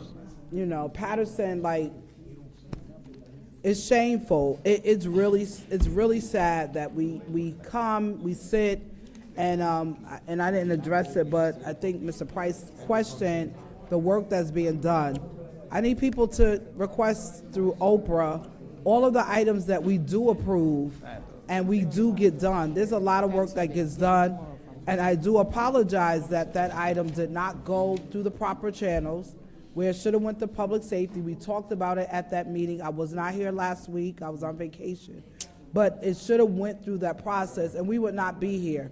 So I pray now that it's open, is on the record, that now Public Safety Committee will get it so it can be vetted properly through the police department. They made me fine, and that's what it is, but we have to get their sign off. Whether they're part of it, not a part, it's just a process of the council. Nothing against the not-for-profits. I think all of you are doing excellent work, and I always support all of you. But I just think when we don't do what's right through process, then sometimes people take jabs or they miscommunicate to the community, like we have personal issues with items. It's not against the item in particular, it's just that when we get items or someone's looking to do something, you have to make sure that the people that will be responsible for oversight or allocation of work, that they are part of it. Like, for example, this is a grant. I think it's great that you will have people that will be a part of the crisis, because we had a situation with our dear brother, rest in peace, Najee Seabrooks and others, and this is a way to prevent this from happening, and I totally understand that in the future, and I think it's great. But we should definitely make sure, with not just this item, but any item that goes on, that we do our due diligence. So, Paterson, Marilyn looks so good right now. My vote is yes to close this session. Thank you, Dr. Mims. Councilman Udine? Thank you, Madam Clerk. So for the record, I want to repeat one more time that how this item was brought here. When the organizations reached out to me, we worked with Corporation Counsel to make sure that it legally approved the Seabrook Washington bill, and he went through all he put everything together. And after this, when it was brought to the initial workshop session, our understanding was that we don't need to go through any committee. That was our initial understanding. This is why we put it on the agenda about a month and a half ago with my request. In the meeting, the Public Safety Committee members promised that they will discuss this item in the committee, and after this they will bring it back. This item was brought back last week. I did not request to anybody to bring it back again. When it came to the agenda, my understanding was that it was discussed to the committee, and that's why it is here. Even when Council President asked me whether I want his consent or non-consent, I said non-consent because I wanted you who are behind it to speak if you need to, or answer any question if council members need clarification. And here we are today. And now today we are promised that we were talking about that we did not discuss. The same council members are here, we're covering different kind of committees. It's not that committee members are not in presence, committee members are here. We can take and talk about it whenever, maybe anytime you want to. But again, for the record, Madam Clerk, I don't want what committee wants or when they are going to discuss. That's totally their purview. I'm just leaving it like this. But on my behalf, please CC me on the email. Send this agenda, everyone has it, but still send this item to the Public Safety Committee. I gave you the phone numbers of Zelly Thomas and Casey Melvin. If anybody has any question or they want to see these individuals involved, or if you want to see someone from St. Joseph Hospital, we can bring everyone to the committee and clarify it and bring it back. We don't want to do circus here and fight back and forth of the item that is not in certain level. So I think this is how we should move forward. I don't want to really fight back and forth, but individuals, thank you so much for everything you do. Thank you for your time. I have nothing else to say. I stood on my part, and again, what else I can say? Otherwise, saying sorry for your time. But again, you are the voice of our community, and I commend that. My vote is yes to close the Suspend this session. Thank you, Councilman Udine. Councilman Velez? Once again, thanks God that this is going to start in zero to get the right facts, have the communication, sit everyone in the table. Thomas Selly, thank you for sending me the bill that was passed on the state level and the recommendation of the bills. It's like 4 or 5 pages on it. how to obtain a grant, how to put it to work, committee members and everything, that whoever takes that grant had to create their own program. That's what it says there. I sent that to legal for he could evaluate the bill, and then whatever which you have in this resolution could be matched through legal and through public safety to come to a consensus that the purpose is for the right purpose of the program that is created through that funding. We're not against of giving those benefits to those that are in need. I read your purpose. Once again, there's some wording there that could trigger other things, right? But if with the bill and analyze it through legal, put it together with the committee and come forward us is a resolution. And those that don't understand what the resolution is like support whatever you guys do in support of the bill if it was to be passed in that moment.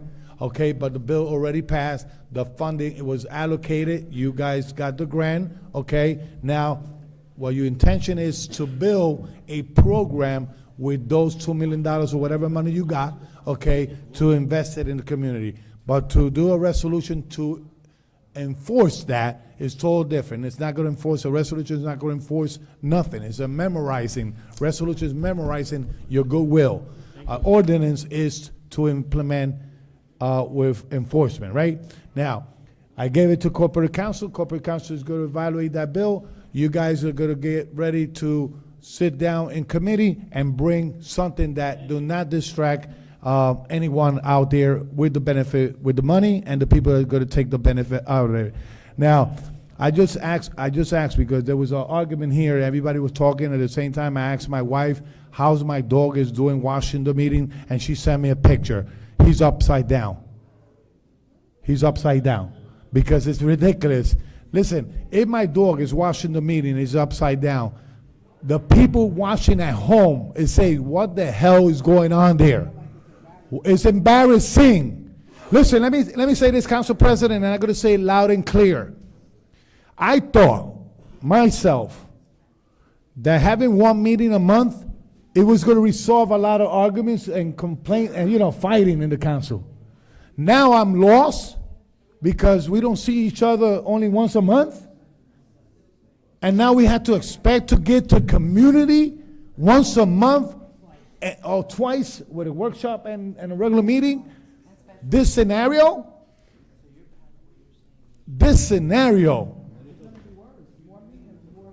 because what we have discussed now is so petty, just to have a conversation with them and get a resolution to move forward. Period. God bless America. God bless Paterson. Madam Clerk, my vote is yes. Thank you, Councilman Velez. Mr. President.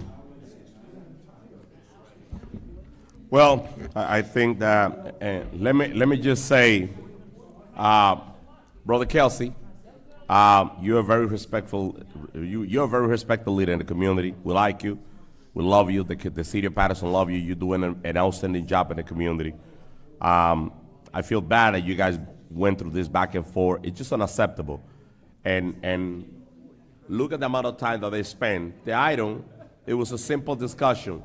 The chief of police requests the item to be back to have a conversation. You'll be part of the dialogue. Zelly Thomas as well. Why we have to beating each other? Why we have this back and forth? And it's not about me. You look at how many, the amount of time that all the council members took having the discussion about the same situation, pointing finger at each other. It's sad. So on December the 3rd, there's a workshop. December the 10th, there's a regular meeting. So we hope to have that legislation right here, and we're gonna have a dialogue. Councilman Davila will have it on the committee. We will sit down and we will stay in touch. So, and that's the best thing to resolve this matter. So with that being said, my vote is yes, Madam Clerk. Thank you, Mr. President. The votes are 9 in the affirmative. The regular meeting is now suspended. Now we'll now segue Madam into Clerk, Rafael, executive before you leave, Madam Clerk, can you please read the two items into the record, which is item 57, 56, and 57, to go into executive section before we just to stop, the transmission, the live. Yes, Mr. President. So our resolutions for executive sessions are, item number 56, it's a resolution authorizing a municipal council, executive or closed session, in or adjoining the city council chambers, in this regard, the studio chambers at Ellison Street, to discuss pending litigation in the matter of Salaries del Rosario versus City of Paterson, Law Resolution 24:705. And item number 57 is a resolution authorizing a municipal council, executive or closed session, in or adjoining the studio chambers at 133 Ellison Street Council members. to discuss pending litigation Council members. in the matter of Carolina Hernandez. I'm sorry, members of the public, please. I'm sorry, continue, Madam Clerk. In the matter of Carolina Hernandez versus City of Paterson, Law Resolution 24:706. Formal action will be taken. Executive sessions. The executive or closed session in or adjoining these chambers at 133 Ellison Street to discuss pending litigation in the matter of Salaries del Rosario versus City of Paterson. No formal action will be taken. And executive or closed session in or adjoining the City Council chambers here at 133 Ellison Street to discuss pending litigation in the matter of Carolina Hernandez versus the City of Paterson. No formal action will be taken. Mr. President. Thank you, Madam Clerk. Now the council may now proceed with the discussion on the executive section. Members of the public, thank you for file. We're going to stop our regular meeting right now, and we're getting into executive section. Thank you.